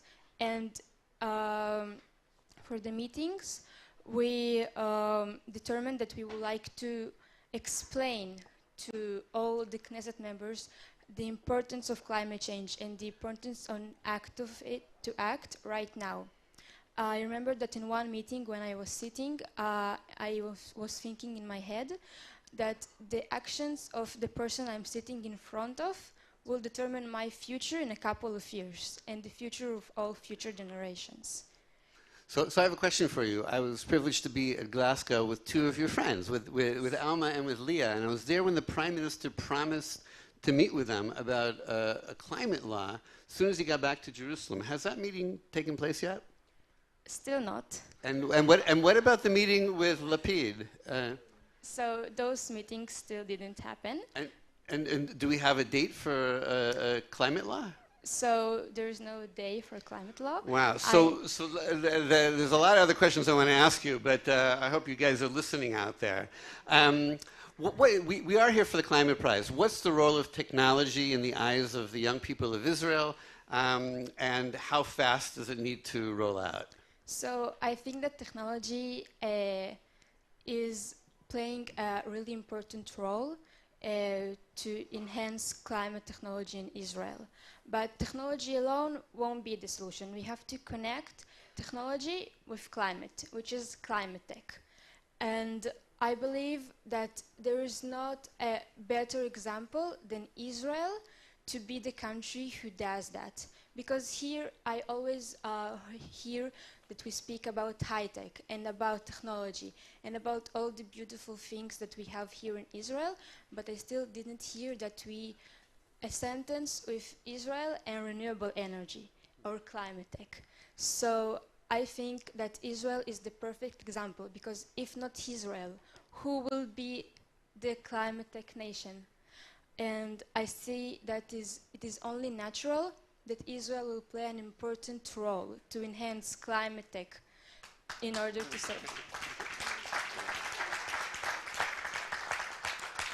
save the planet. And I would like to say that as an Israeli citizen and as a student here, I would like to see my country leading this process and to be the first who does it and not the last one.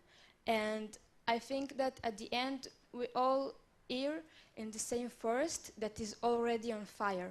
And that is why we have to act today. Thank you, Nika, and the Strike for Climate, and for the organizers. Kvod Rosh Hamshala Shamata. The technology is not a replacement for the policies that she's worried about that you haven't yet taken. So thank you to the organizers and Nika. Awesome. Thank you.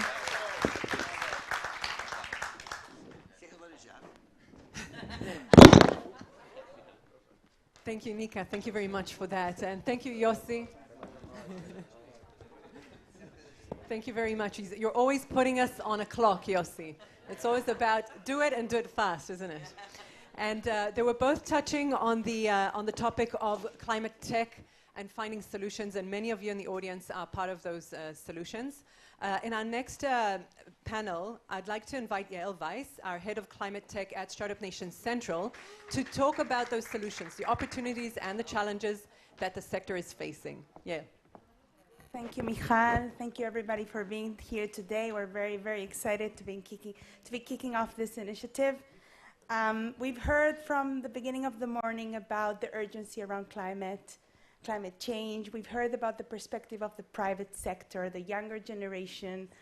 It's now my pleasure to be moderating a panel that's going to deep dive into what climate tech means, what are the barriers and opportunities for the Israeli ecosystem. And so in this context, I'm honored to invite my esteemed speakers, 3 key stakeholders that are playing their part in building the ecosystem in Israel towards aligning it more with climate change. It's my pleasure to invite Adi Sigman, the Chief of Staff and the Director of Business Development at the Innovation Authority, who is proudly leading the work of the Innovation Authority in building the climate tech ecosystem. Uriel Klar, the Director of Planetech, a non-profit climate tech innovative community that has done substantial work in the past 12 months since we were established in really laying the foundations for the sector in Israel. And Ilenia Simarutsty. Thank you, Ilenia. the International Relation Officer for Research and Innovation at the European Delegation in Israel, who's bringing in the perspective of the European Union when it comes to Horizon Europe, one of the leading funding tools invigorating the climate tech trend around the world. So, very excited to having you all here today. I'd like to start with you, Uriel, if possible.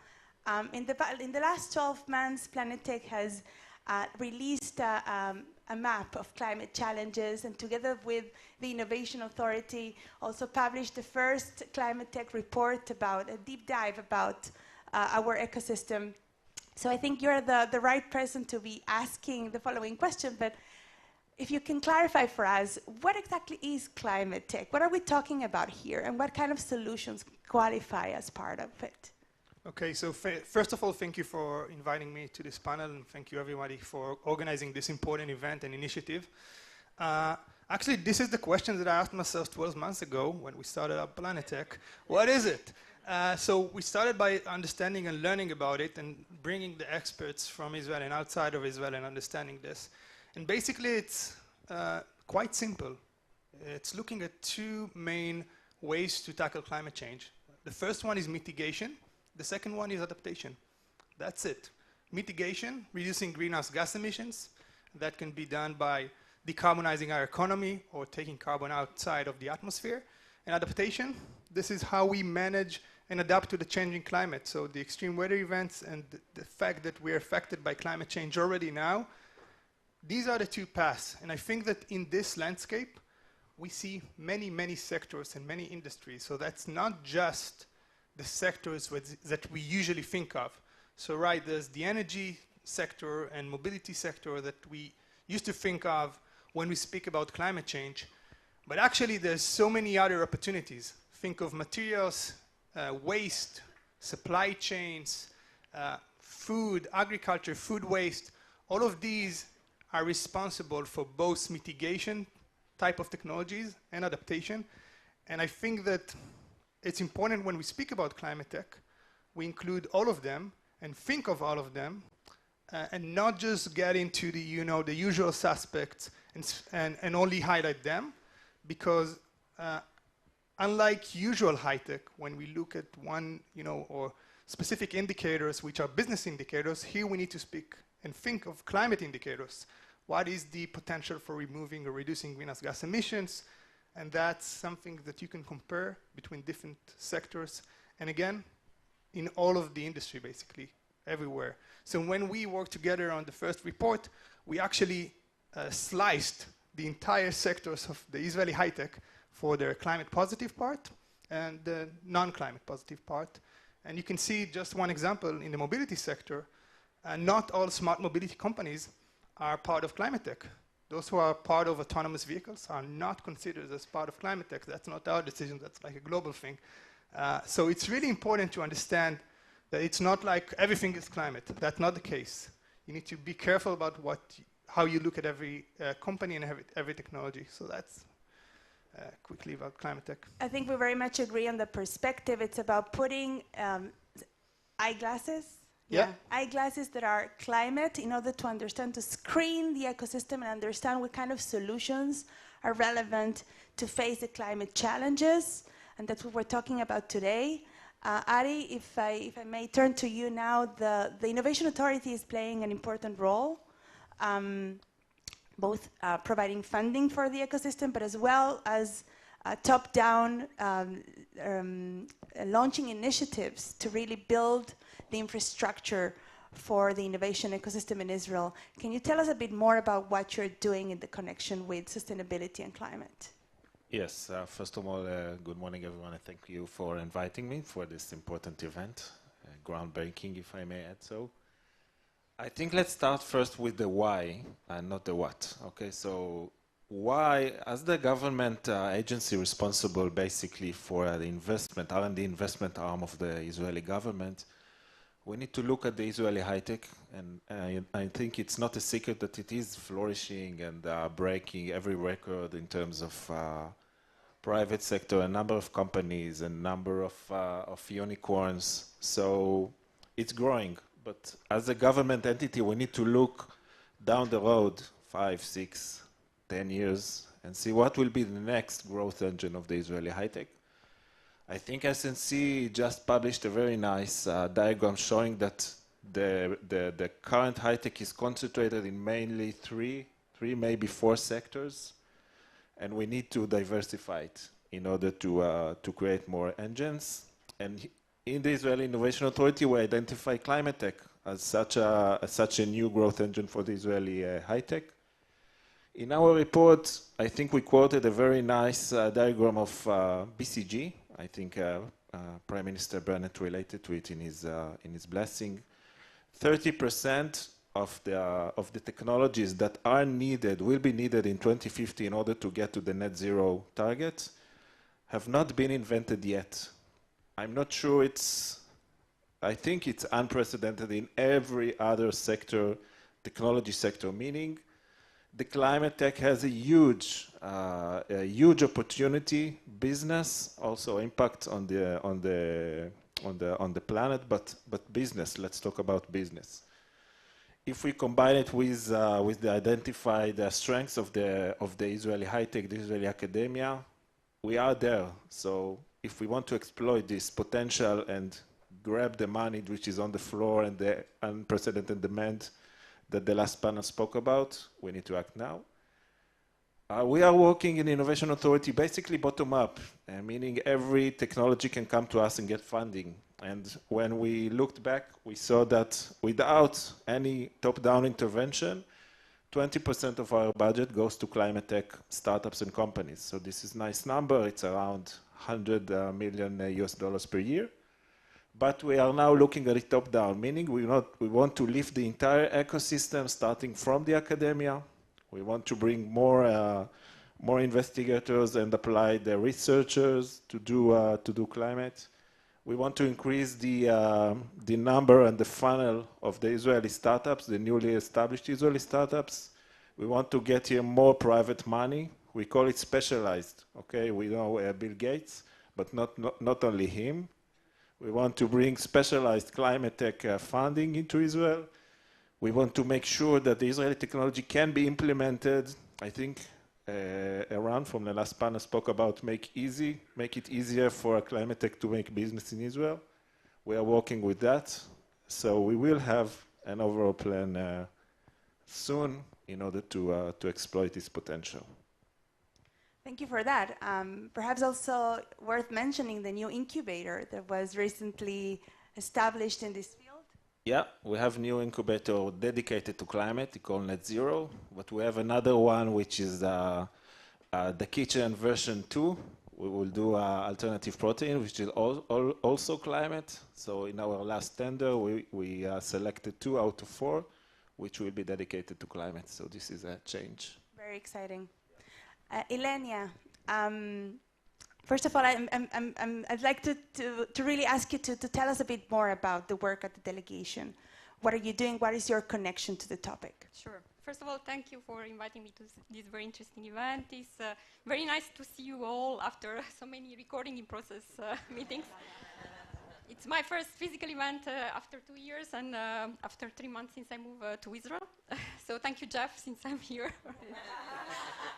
I would like also to join. I'm very happy to participate in this very interesting event for the launch of the Climate Solution Prize, which is a very innovative and inspiring way to contribute to the fight against climate change. There's also some sunlight in these very dark days for the EU. I'm Ilenia Chmersi from the Research and Innovation section of the EU delegation to Israel. The Research and Innovation section was created in 2018 with the objective of promoting cooperation between Israel and the EU in research and innovation, strengthening the ties between the Israeli and European innovation ecosystem, and furthering the regional cooperation in science, technology, and innovation through science diplomacy initiatives. The specific mandate of the section was to ensure a smooth and successful implementation of initiatives project under the Horizon 2020 Research and Innovation Framework Program, and further to that, to negotiate the association of Israel to the new research and innovation program, the Horizon Europe, which will run until 2027. Under the Horizon 2020 program, Israel was one of the most successful associated countries in terms of participation. It ranked second in the European Innovation Council pilot and first in the small and medium enterprises program. And last December, Israel signed the association to the Horizon Europe program, which earmarks 35% of its budget to environmental and climate solutions to reach the market, rapidly impacting growth and job creation positively.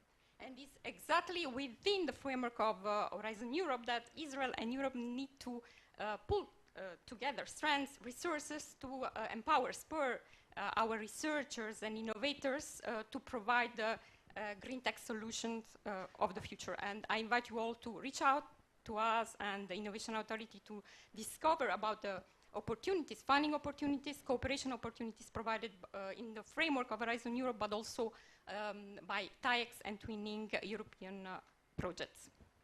Such an important angle, of course.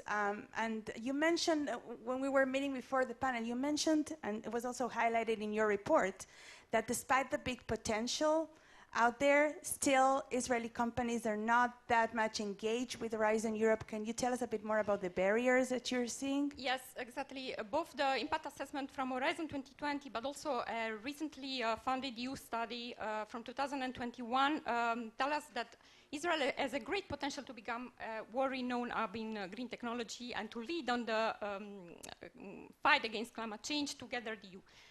Nevertheless, the low figures of participation of Israel into the green calls from under Horizon Europe tell us that there are, under Horizon 2020, there are still many untapped opportunities and obstacles to be overcome for our cooperation to fully deliver on climate objectives.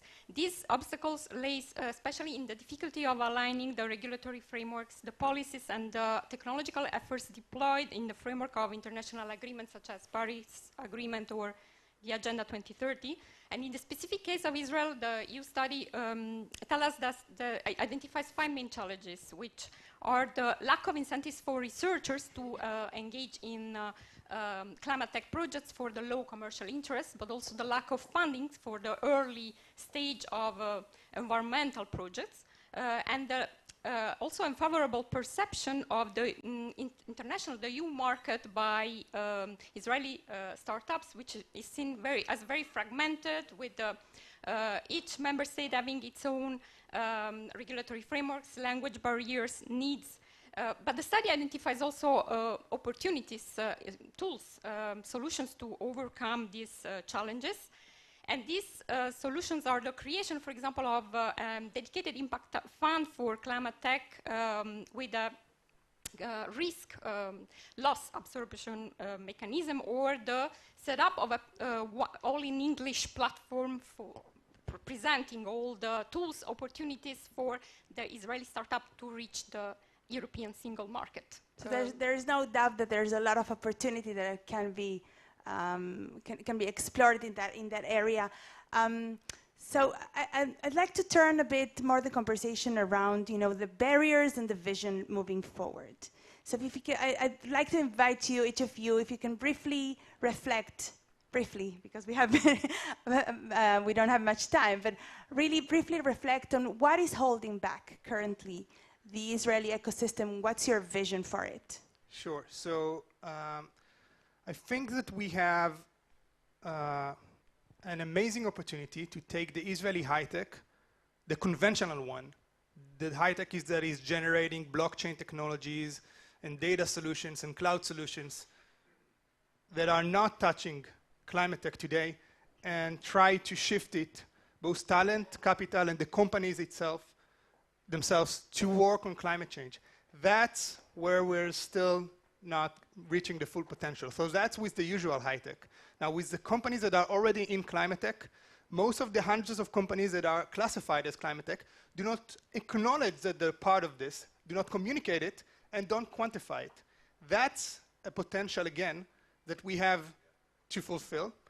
And if we do not do that, the Israeli startups in the climate tech arena will lose to their European colleagues every time when they get to a climate tech VC, every time that they get to a corporate, because they cannot speak about it.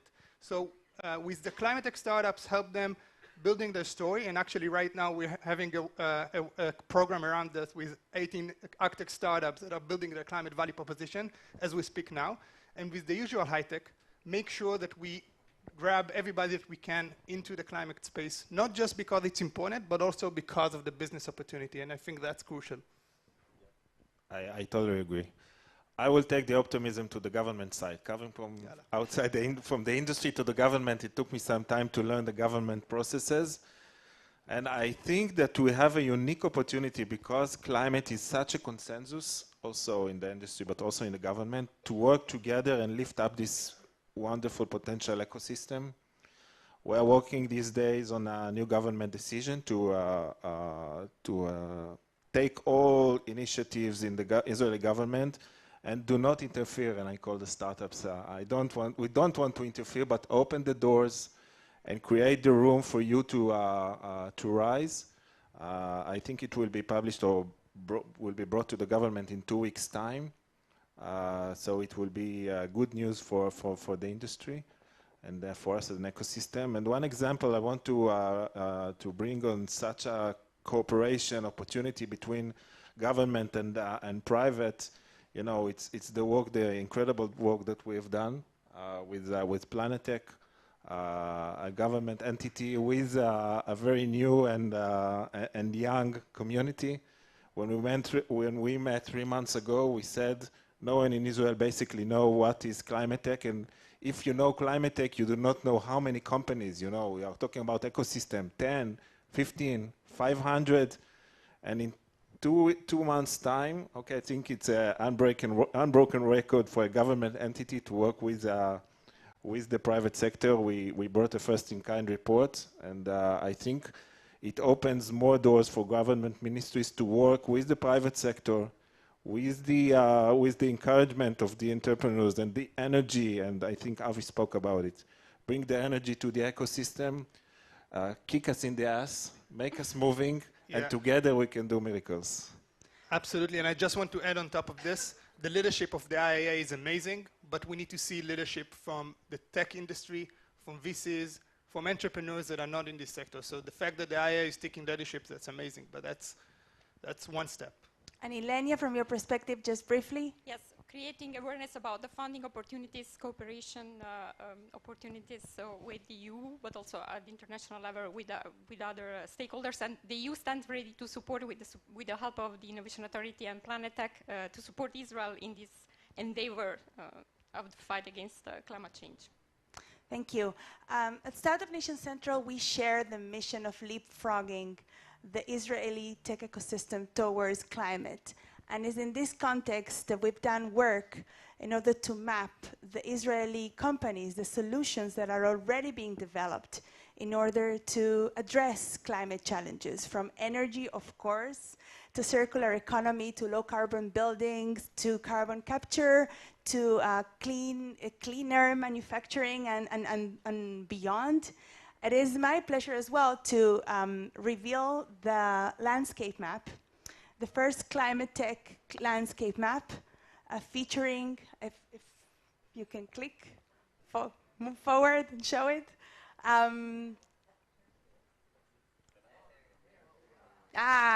Here it is, what I'm talking about. So this is a work that is based on the data that we have at Startup Nation Finder, the innovation business platform. Yeah, it's interactive, you can see. It's gonna go back, don't worry. Over the past year, we've been laying the foundations in order to identify what makes a company relevant to the conversation of climate. A lot of that is based on the challenge map that was published by Planetech as well last year. So we share a similar language. And we've mapped over 700 Israeli startups, innovative companies that have solutions that are relevant to the conversation. This map shows of almost 180 of them. I invite you to click on the map. You'll receive it on your emails, and it's also downloadable from our website. And it's interactive. It leads you to the profiles of every company on Startup Nation Finder, where you can find additional curated information about the companies, what their solution, their markets, their funding. And we hope that this asset will serve the ecosystem as well to understand what is already being developed in this sector. So thank you very much to all three of you. Thank you.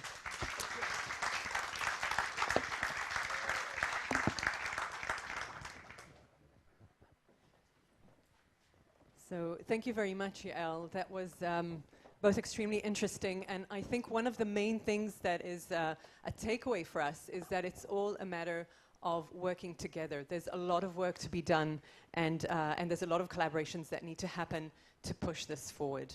And speaking of working together, we're just a moment away from the moment you have all been waiting for. And right before announcing the prize and telling you a little bit more about it, there are a few people that have been doing a lot of the heavy lifting behind the scenes. Galita and I are on stage just because we found fabulous dresses, I think, today. But, but there's some amazing people behind the scene doing a lot of hard work day in and day out. Amy Wolf, the project manager for Climate Solutions Prize, just over there. Thank you for everything.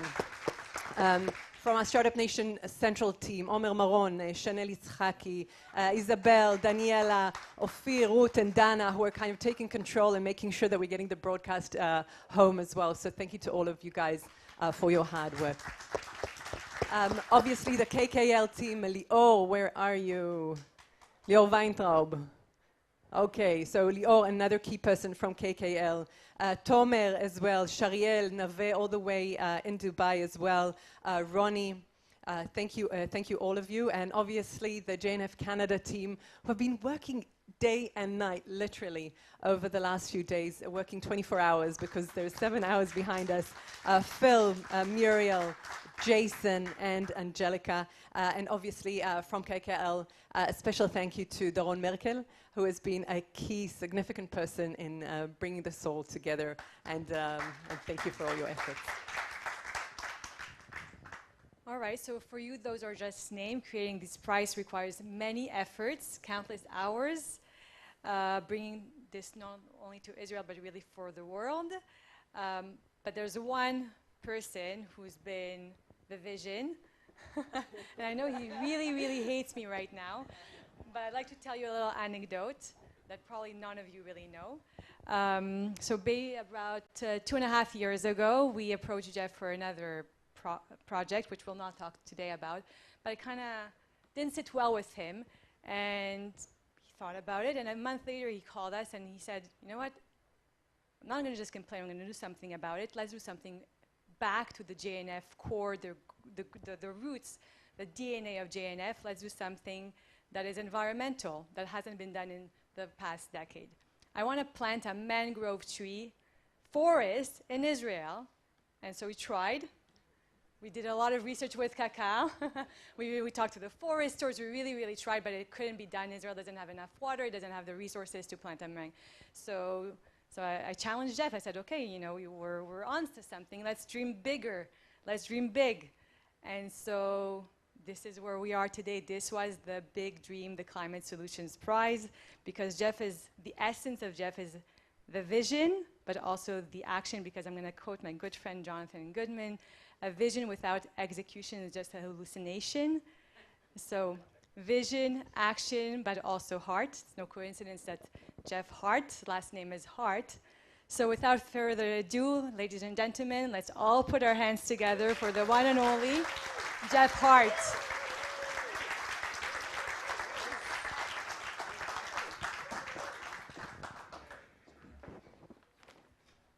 Toda rabah. What an honor. It's always a little embarrassing because nothing happens without all the people who you mentioned that helped make this happen and everybody here in this room, because without your actions today and in the future, none of this really matters, right?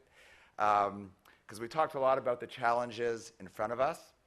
And back in 1948, I like to say that very few people believed it would be possible at all for the state of Israel to overcome the existential threat in front of it on the first day of a nation as coming attack from many armies, many times our size, were coming at the country. But this country and this people overcame that challenge and have since become the masters of overcoming existential crises with their unique passion and creativity. From water desalination and drip irrigation to solve the water crisis, to the Iron Dome and cybersecurity, Israel's unique innovative capacity has not only led it to survive, but to thrive and be called the startup nation. Today, we know the stakes are higher than ever before, and the science is clear to anyone looking at the data. If we don't turn things around, we've heard we are looking at weather events, destroying the many things we have worked so hard for generations to achieve. All this can be scary to even think about, but the nation of Israel has never turned away from a challenge. That is why, when thinking about what I could do as one person to have an outsized impact on solving the climate crisis, I turned to Israel, the startup nation, as well as JNF, Israel's first green organization, responsible for reclaiming the desert, planting millions of trees, and actually making Israel one of the few countries in the world that has planted more trees than it has cut down. The way we chose to ignite the creative power of Israel for this massive challenge in front of us was to create the biggest incentive prize in Israel's history. A $1 million a year prize for the most impactful solutions to solve the climate crisis. When Google sponsored the Lunar X Prize, a global incentive prize for the first organization to land on the moon, it inspired Israeli scientists and innovators to create the Beresheet rocket. Beresheet was the first to land on the moon, although it actually landed in pieces, and it won $1 million of that Google Lunar X Prize. It also had Israel invest millions more in that technology and the science than the prize itself.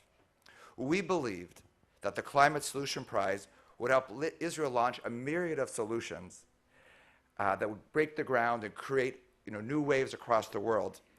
And instead of helping us leave the planet, help us save it.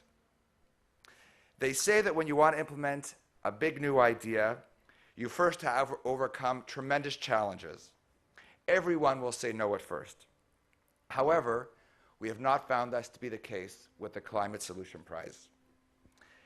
Kakal, JNF, Israel quickly joined us with their resources and matching funds for what we raised outside of Israel. Startup Nation Central threw their whole organization behind the initiative, finding us local partners and helping us turn the initiative into a whole platform, including the creation of multiple additional tracks for startups, totaling over $1 million additional dollars, along with private equity firms, which you'll hear about shortly. And of course, the Perez Center for Peace and Innovation joined on board and hosting us this very day. And the list goes on of individuals and organizations, many we saw on stage today, who have joined us to make the Climate Solution Prize something bigger, a platform for major change, including we thank major Canadian visionary philanthropic families like the Goodmans, the Aspers, and our friend Sylvan Adams, and all of you in attendance today.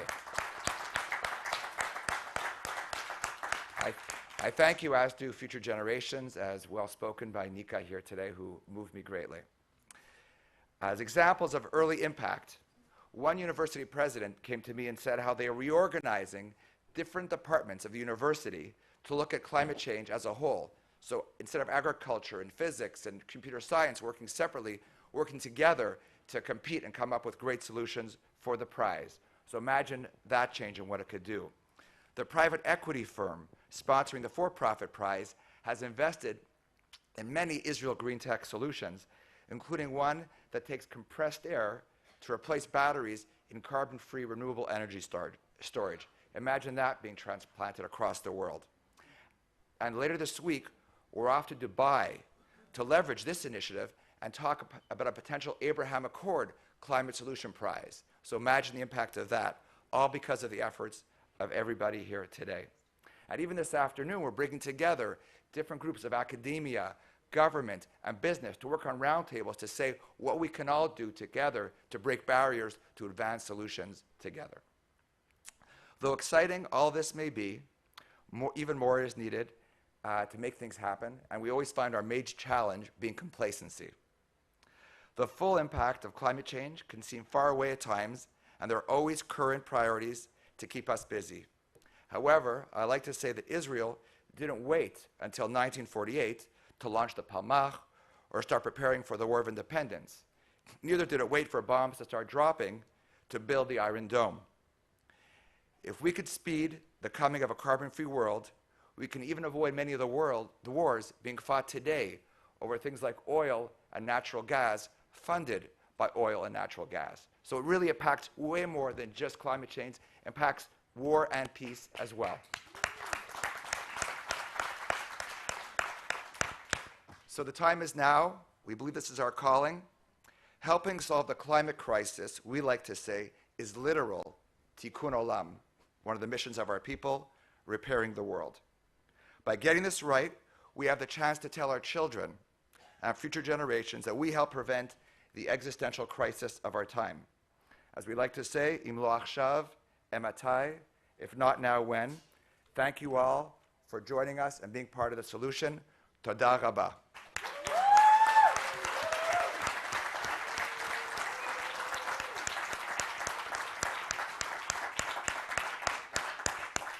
And now, to help us explain the Breakthrough Research Prize, which we're funding, I would like to call upon JNF Canada President, Quebec Region, Karen Aflalo, and JNF Canada National CEO, Lance Davis.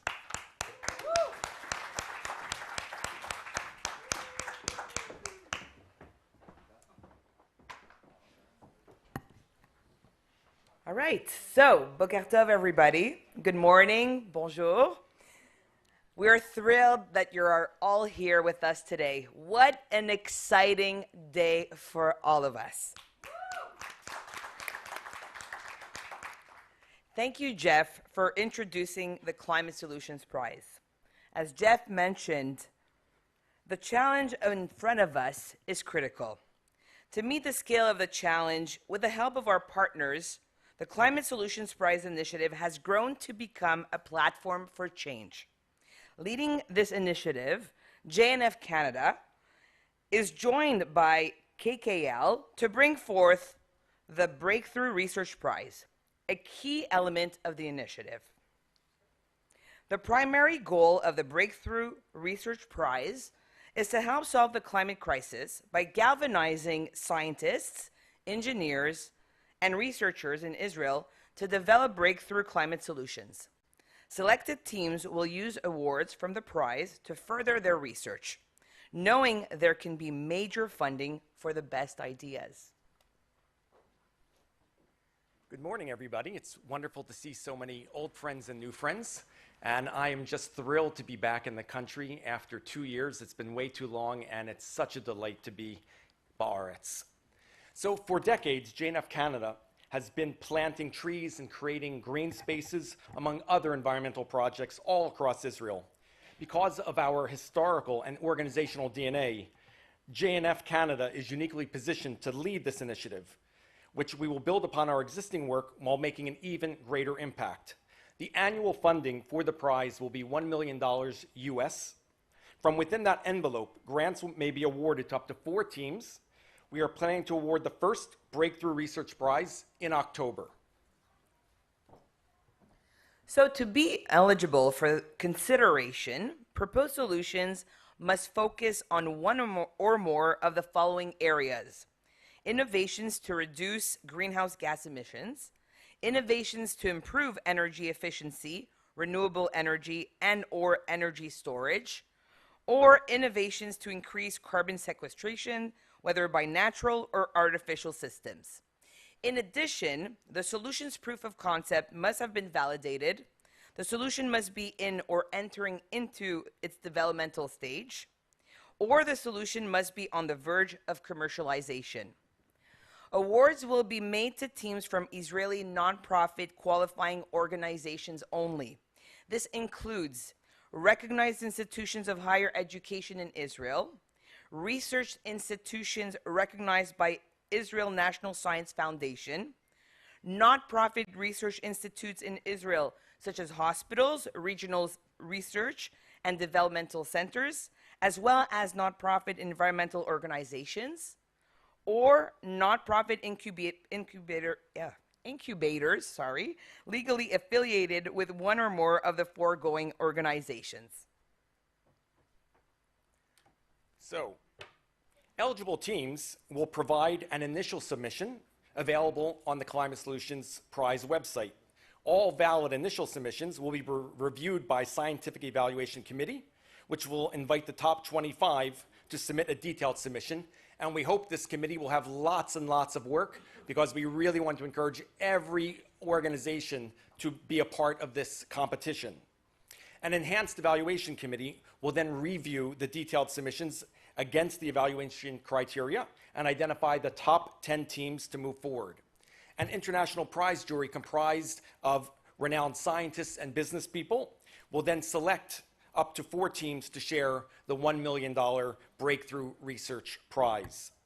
All of the details regarding the submission and judging criteria are listed on the Request for Proposals section of the Climate Solutions Prize website. We want to thank you for sharing this important information far and wide so that the best submissions may be chosen. We hope to inspire a generation of innovators to focus their talents and efforts on our mission of Tikkun Olam, as Jeff mentioned. They need to know that there's tremendous support and funding for their efforts. So in closing, thank you for your attention and interest in the Climate Solutions Prize.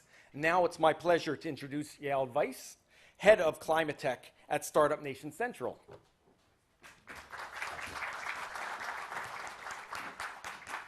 Thank you, Lance and Karen. In parallel to the Breakthrough Research Prize, we're launching today the Climate Startup Challenges, and it's my pleasure to speak a bit about that. What started, the Climate Solutions Prize is being enhanced by a growing list. Sorry, I just need to, I'm always lousy at this. The Climate Solutions Prize is being enhanced by a growing list of corporations and philanthropic foundations from Israel and abroad that recognize the prize as a platform to tap into the innovation that they need to meet their sustainability goals and their business goals. It is in collaboration with these entities that Startup Nation Central is bringing to you the climate startup competitions. And here they are. It is the first of its kind collection of competitions that cover the nexus of climate across a number of industries, from energy to textiles to biotech and semiconductors and much more. Israel startups will be able to submit a single application that will be channeled by us into several challenges in parallel, in order to be able to compete across several challenges in parallel, and applicants might be eligible as well to even win more than one. Each challenge is led by a different partner, as you can see in this slide, that will be vetting the applications based on their own criteria and will be selecting the winner of their own challenge. And each challenge has a different designated prize. We have a $1 million investment track led by Capital Nature. And in addition, we have 5 challenges, each one led by a different entity, covering really different aspects of climate that are climate related. These challenges award cash prizes between $20,000 and $40,000 that are granted by the Climate Solutions Prize.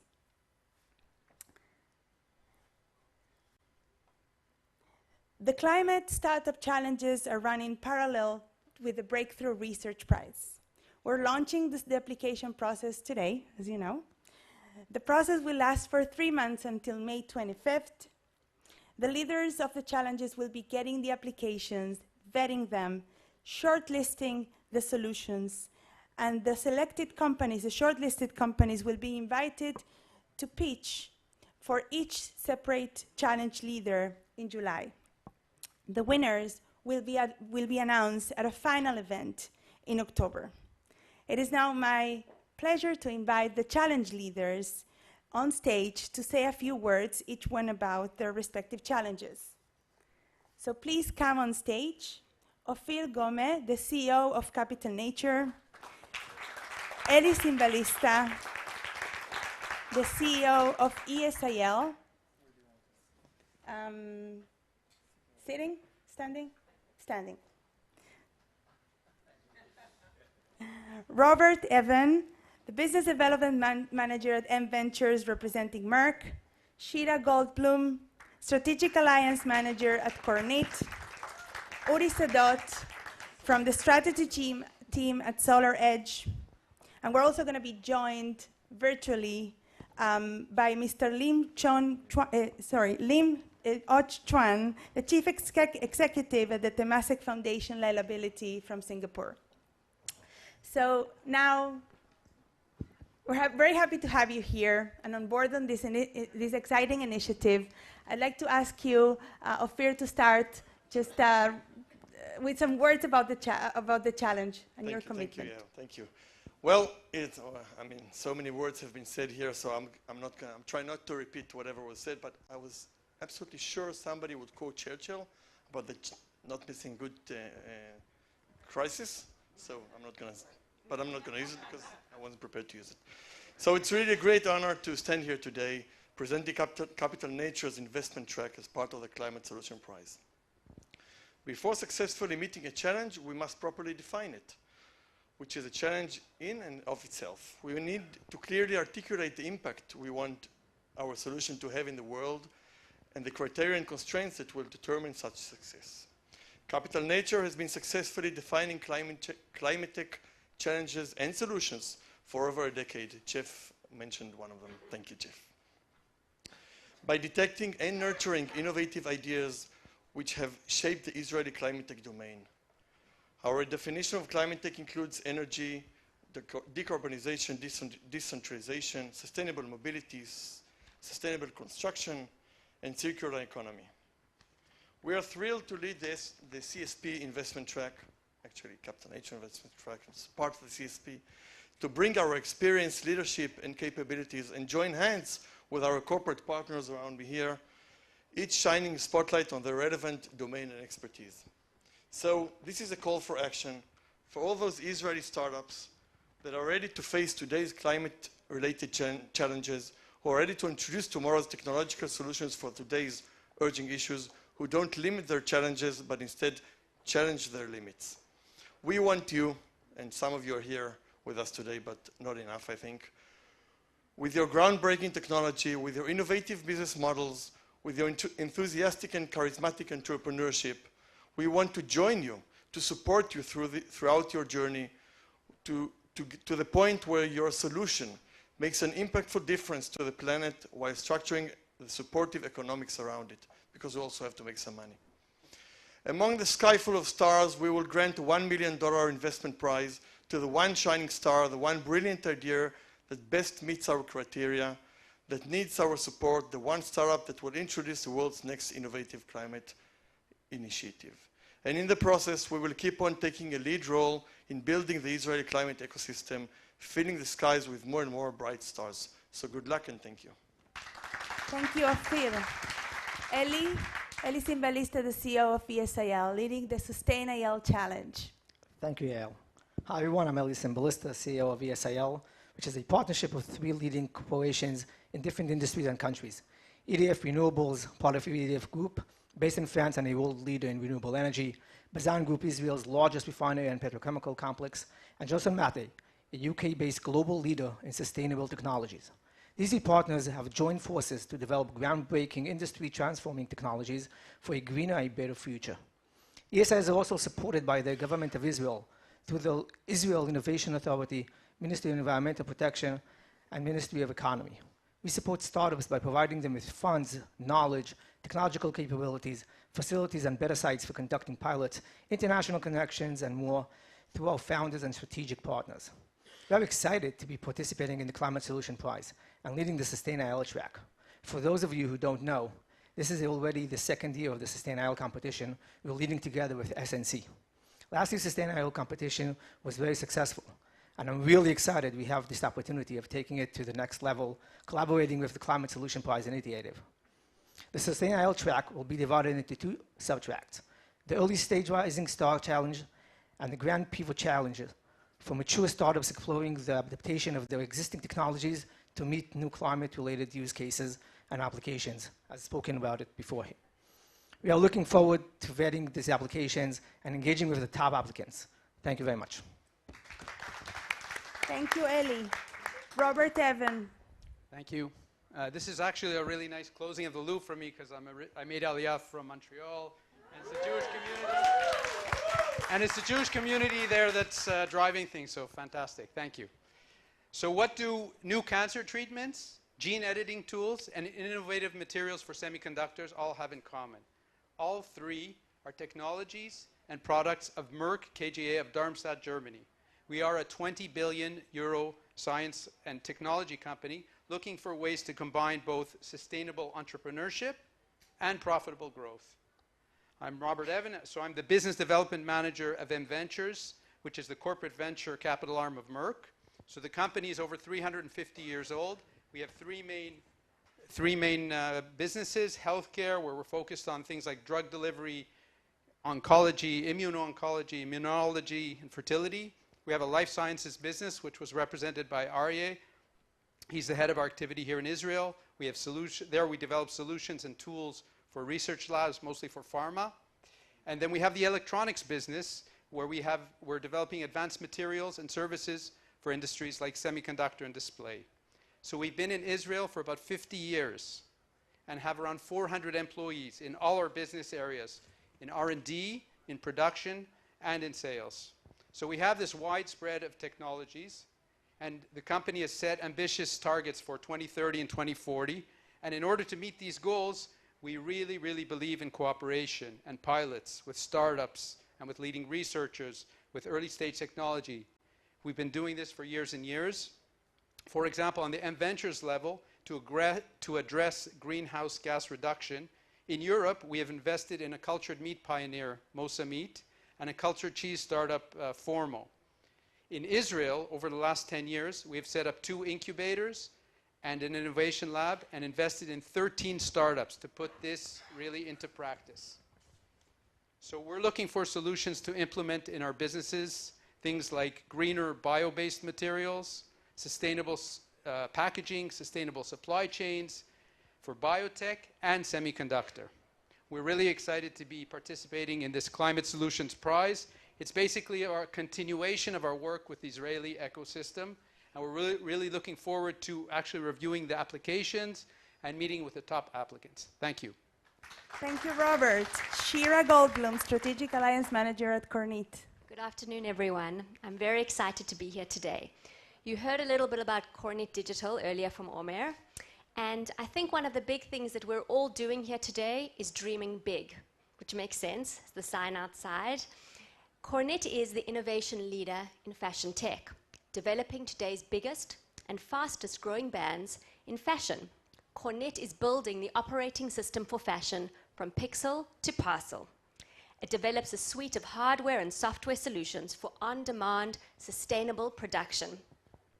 One of the big things that we did last year is we released our first ESG report.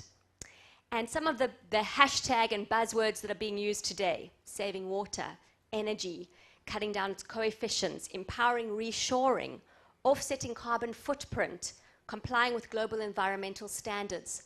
Those are values that Kornit is doing throughout the fashion world that we are implementing. And we are so excited to be participating in the Climate Solutions Prize Festival.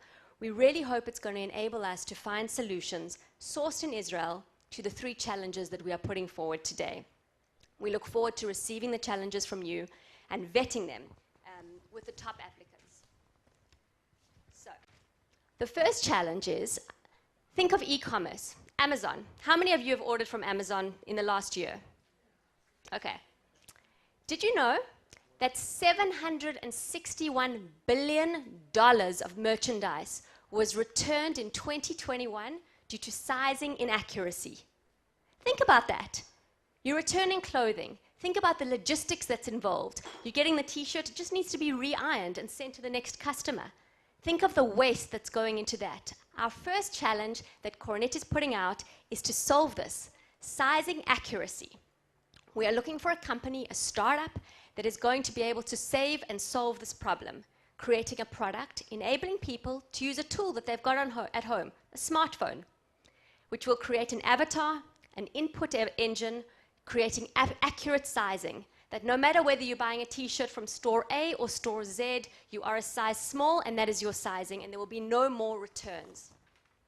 The second one is the virtual world and the physical world are becoming one. Something that Omer mentioned earlier when he was speaking about blockchain, the complexities with blockchain. There is this big connection growing between them. And we are looking for a startup here today or listening that is going to create an authentication and proof of ownership for physical garments. And this encryption, this garment encryption, something we'll speak about later. The third, smart packaging materials. I'm sure there are many startups here, many startups listening here today that are involved in the world of packaging. I know it's some of the challenges that are also listed here today. We want someone to transform Coronet's ink bottles to be completely circular, end-of-life responsibility. And we want a startup to come to us to apply to solve that challenge. We are so excited to receive your solutions, to work with you, and to solve these challenges here today. And thank you so much for having us. Thank you, Sheila. Now it's my pleasure to call Uri Sadot, strategy team at SolarEdge. Hi, so I can't resist but open with a tip a mentor once gave me, which was, if you're not sure, always better to overdress. But more seriously, to those who don't know SolarEdge, we've been around for 16 years. It's more stressful for me, believe me. But we've been around for 15, 16 years, founded by 5 Army buddies, which, to put it very simply, built a box that helps solar panels get more out of the sun.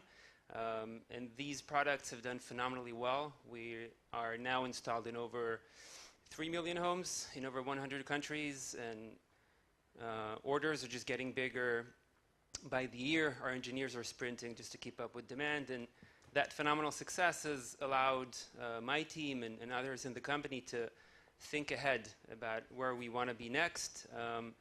And to give you a hint, and you can check out the full list on the website of areas that interest us, but we're looking to move beyond just solar energy production to storage and consumption and how that interacts with the grid and how software will eventually manage it all.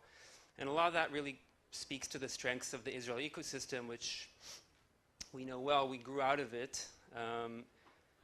So that also speaks to why we're here, right? We want to get more involved. We're at a stage where, yes, we're a global company, but our headquarters is in Herzliya, and it's intentionally in Herzliya. We do some manufacturing in the north. That's all not by accident. We want to get more involved. We realize the power of collaboration, and on our end, we can provide a very significant platform. We have over 1,000 engineers, 1,000 salespeople, great supply chains. We can be a significant shortcut to entrepreneurs who want to get more involved in energy. We know that to let them succeed, we can't encumber them too much. So thanks, SNC, for setting this up. We can't wait to start meeting you. Thank you, Uri. And now, before our last speaking, which is recorded, because Mr. Lim Ho Chuan unfortunately could not make it to Israel for this event, I'd like to please, before you go down of the stage, just a big, clap for what I call the dream team of the Climate Startup Challenges. So thank you very much. Now we'll leave the stage to hear the introduction of the Liability Innovations Challenge by the Temasek Foundation Liability. Thank you. Good morning and greetings from Singapore. I'm Lim Hock Chuan, the Chief Executive of Temasek Foundation Livability. I'm very happy to be able to join you this morning for the launch of the Climate Solution Prize. The Temasek Foundation is the philanthropic arm of Temasek, a global investment company based in Singapore. We fund translational research to produce operational prototype and then help the innovators to commercialize their product through follow-on funding from other investors. This way, we hope to be able to create impactful improvement to livability in the cities. This morning, Temasek Foundation is happy to present to you the Livability Innovation Challenge. For this challenge, we are looking for disruptive innovation in the following areas. 1, decarbonization. 2, food and nutrition. 3, circular economy. The innovation should be at technology readiness level 6, and we expect the winner of the challenge to be able to produce an operational prototype or conduct trials, pilot trials in Singapore. The climate change crisis is a global problem, and it's my hope that through the collective effort of the innovators and the ecosystem, both in Israel and in Singapore, we will be able to find impactful solution and creative solution that will address and move the needle in addressing the climate change problems. So on this note, I'm happy to announce that the Livability Innovation Challenge is now open for applications. All applications are welcome, and may the best innovation win. Thank you very much.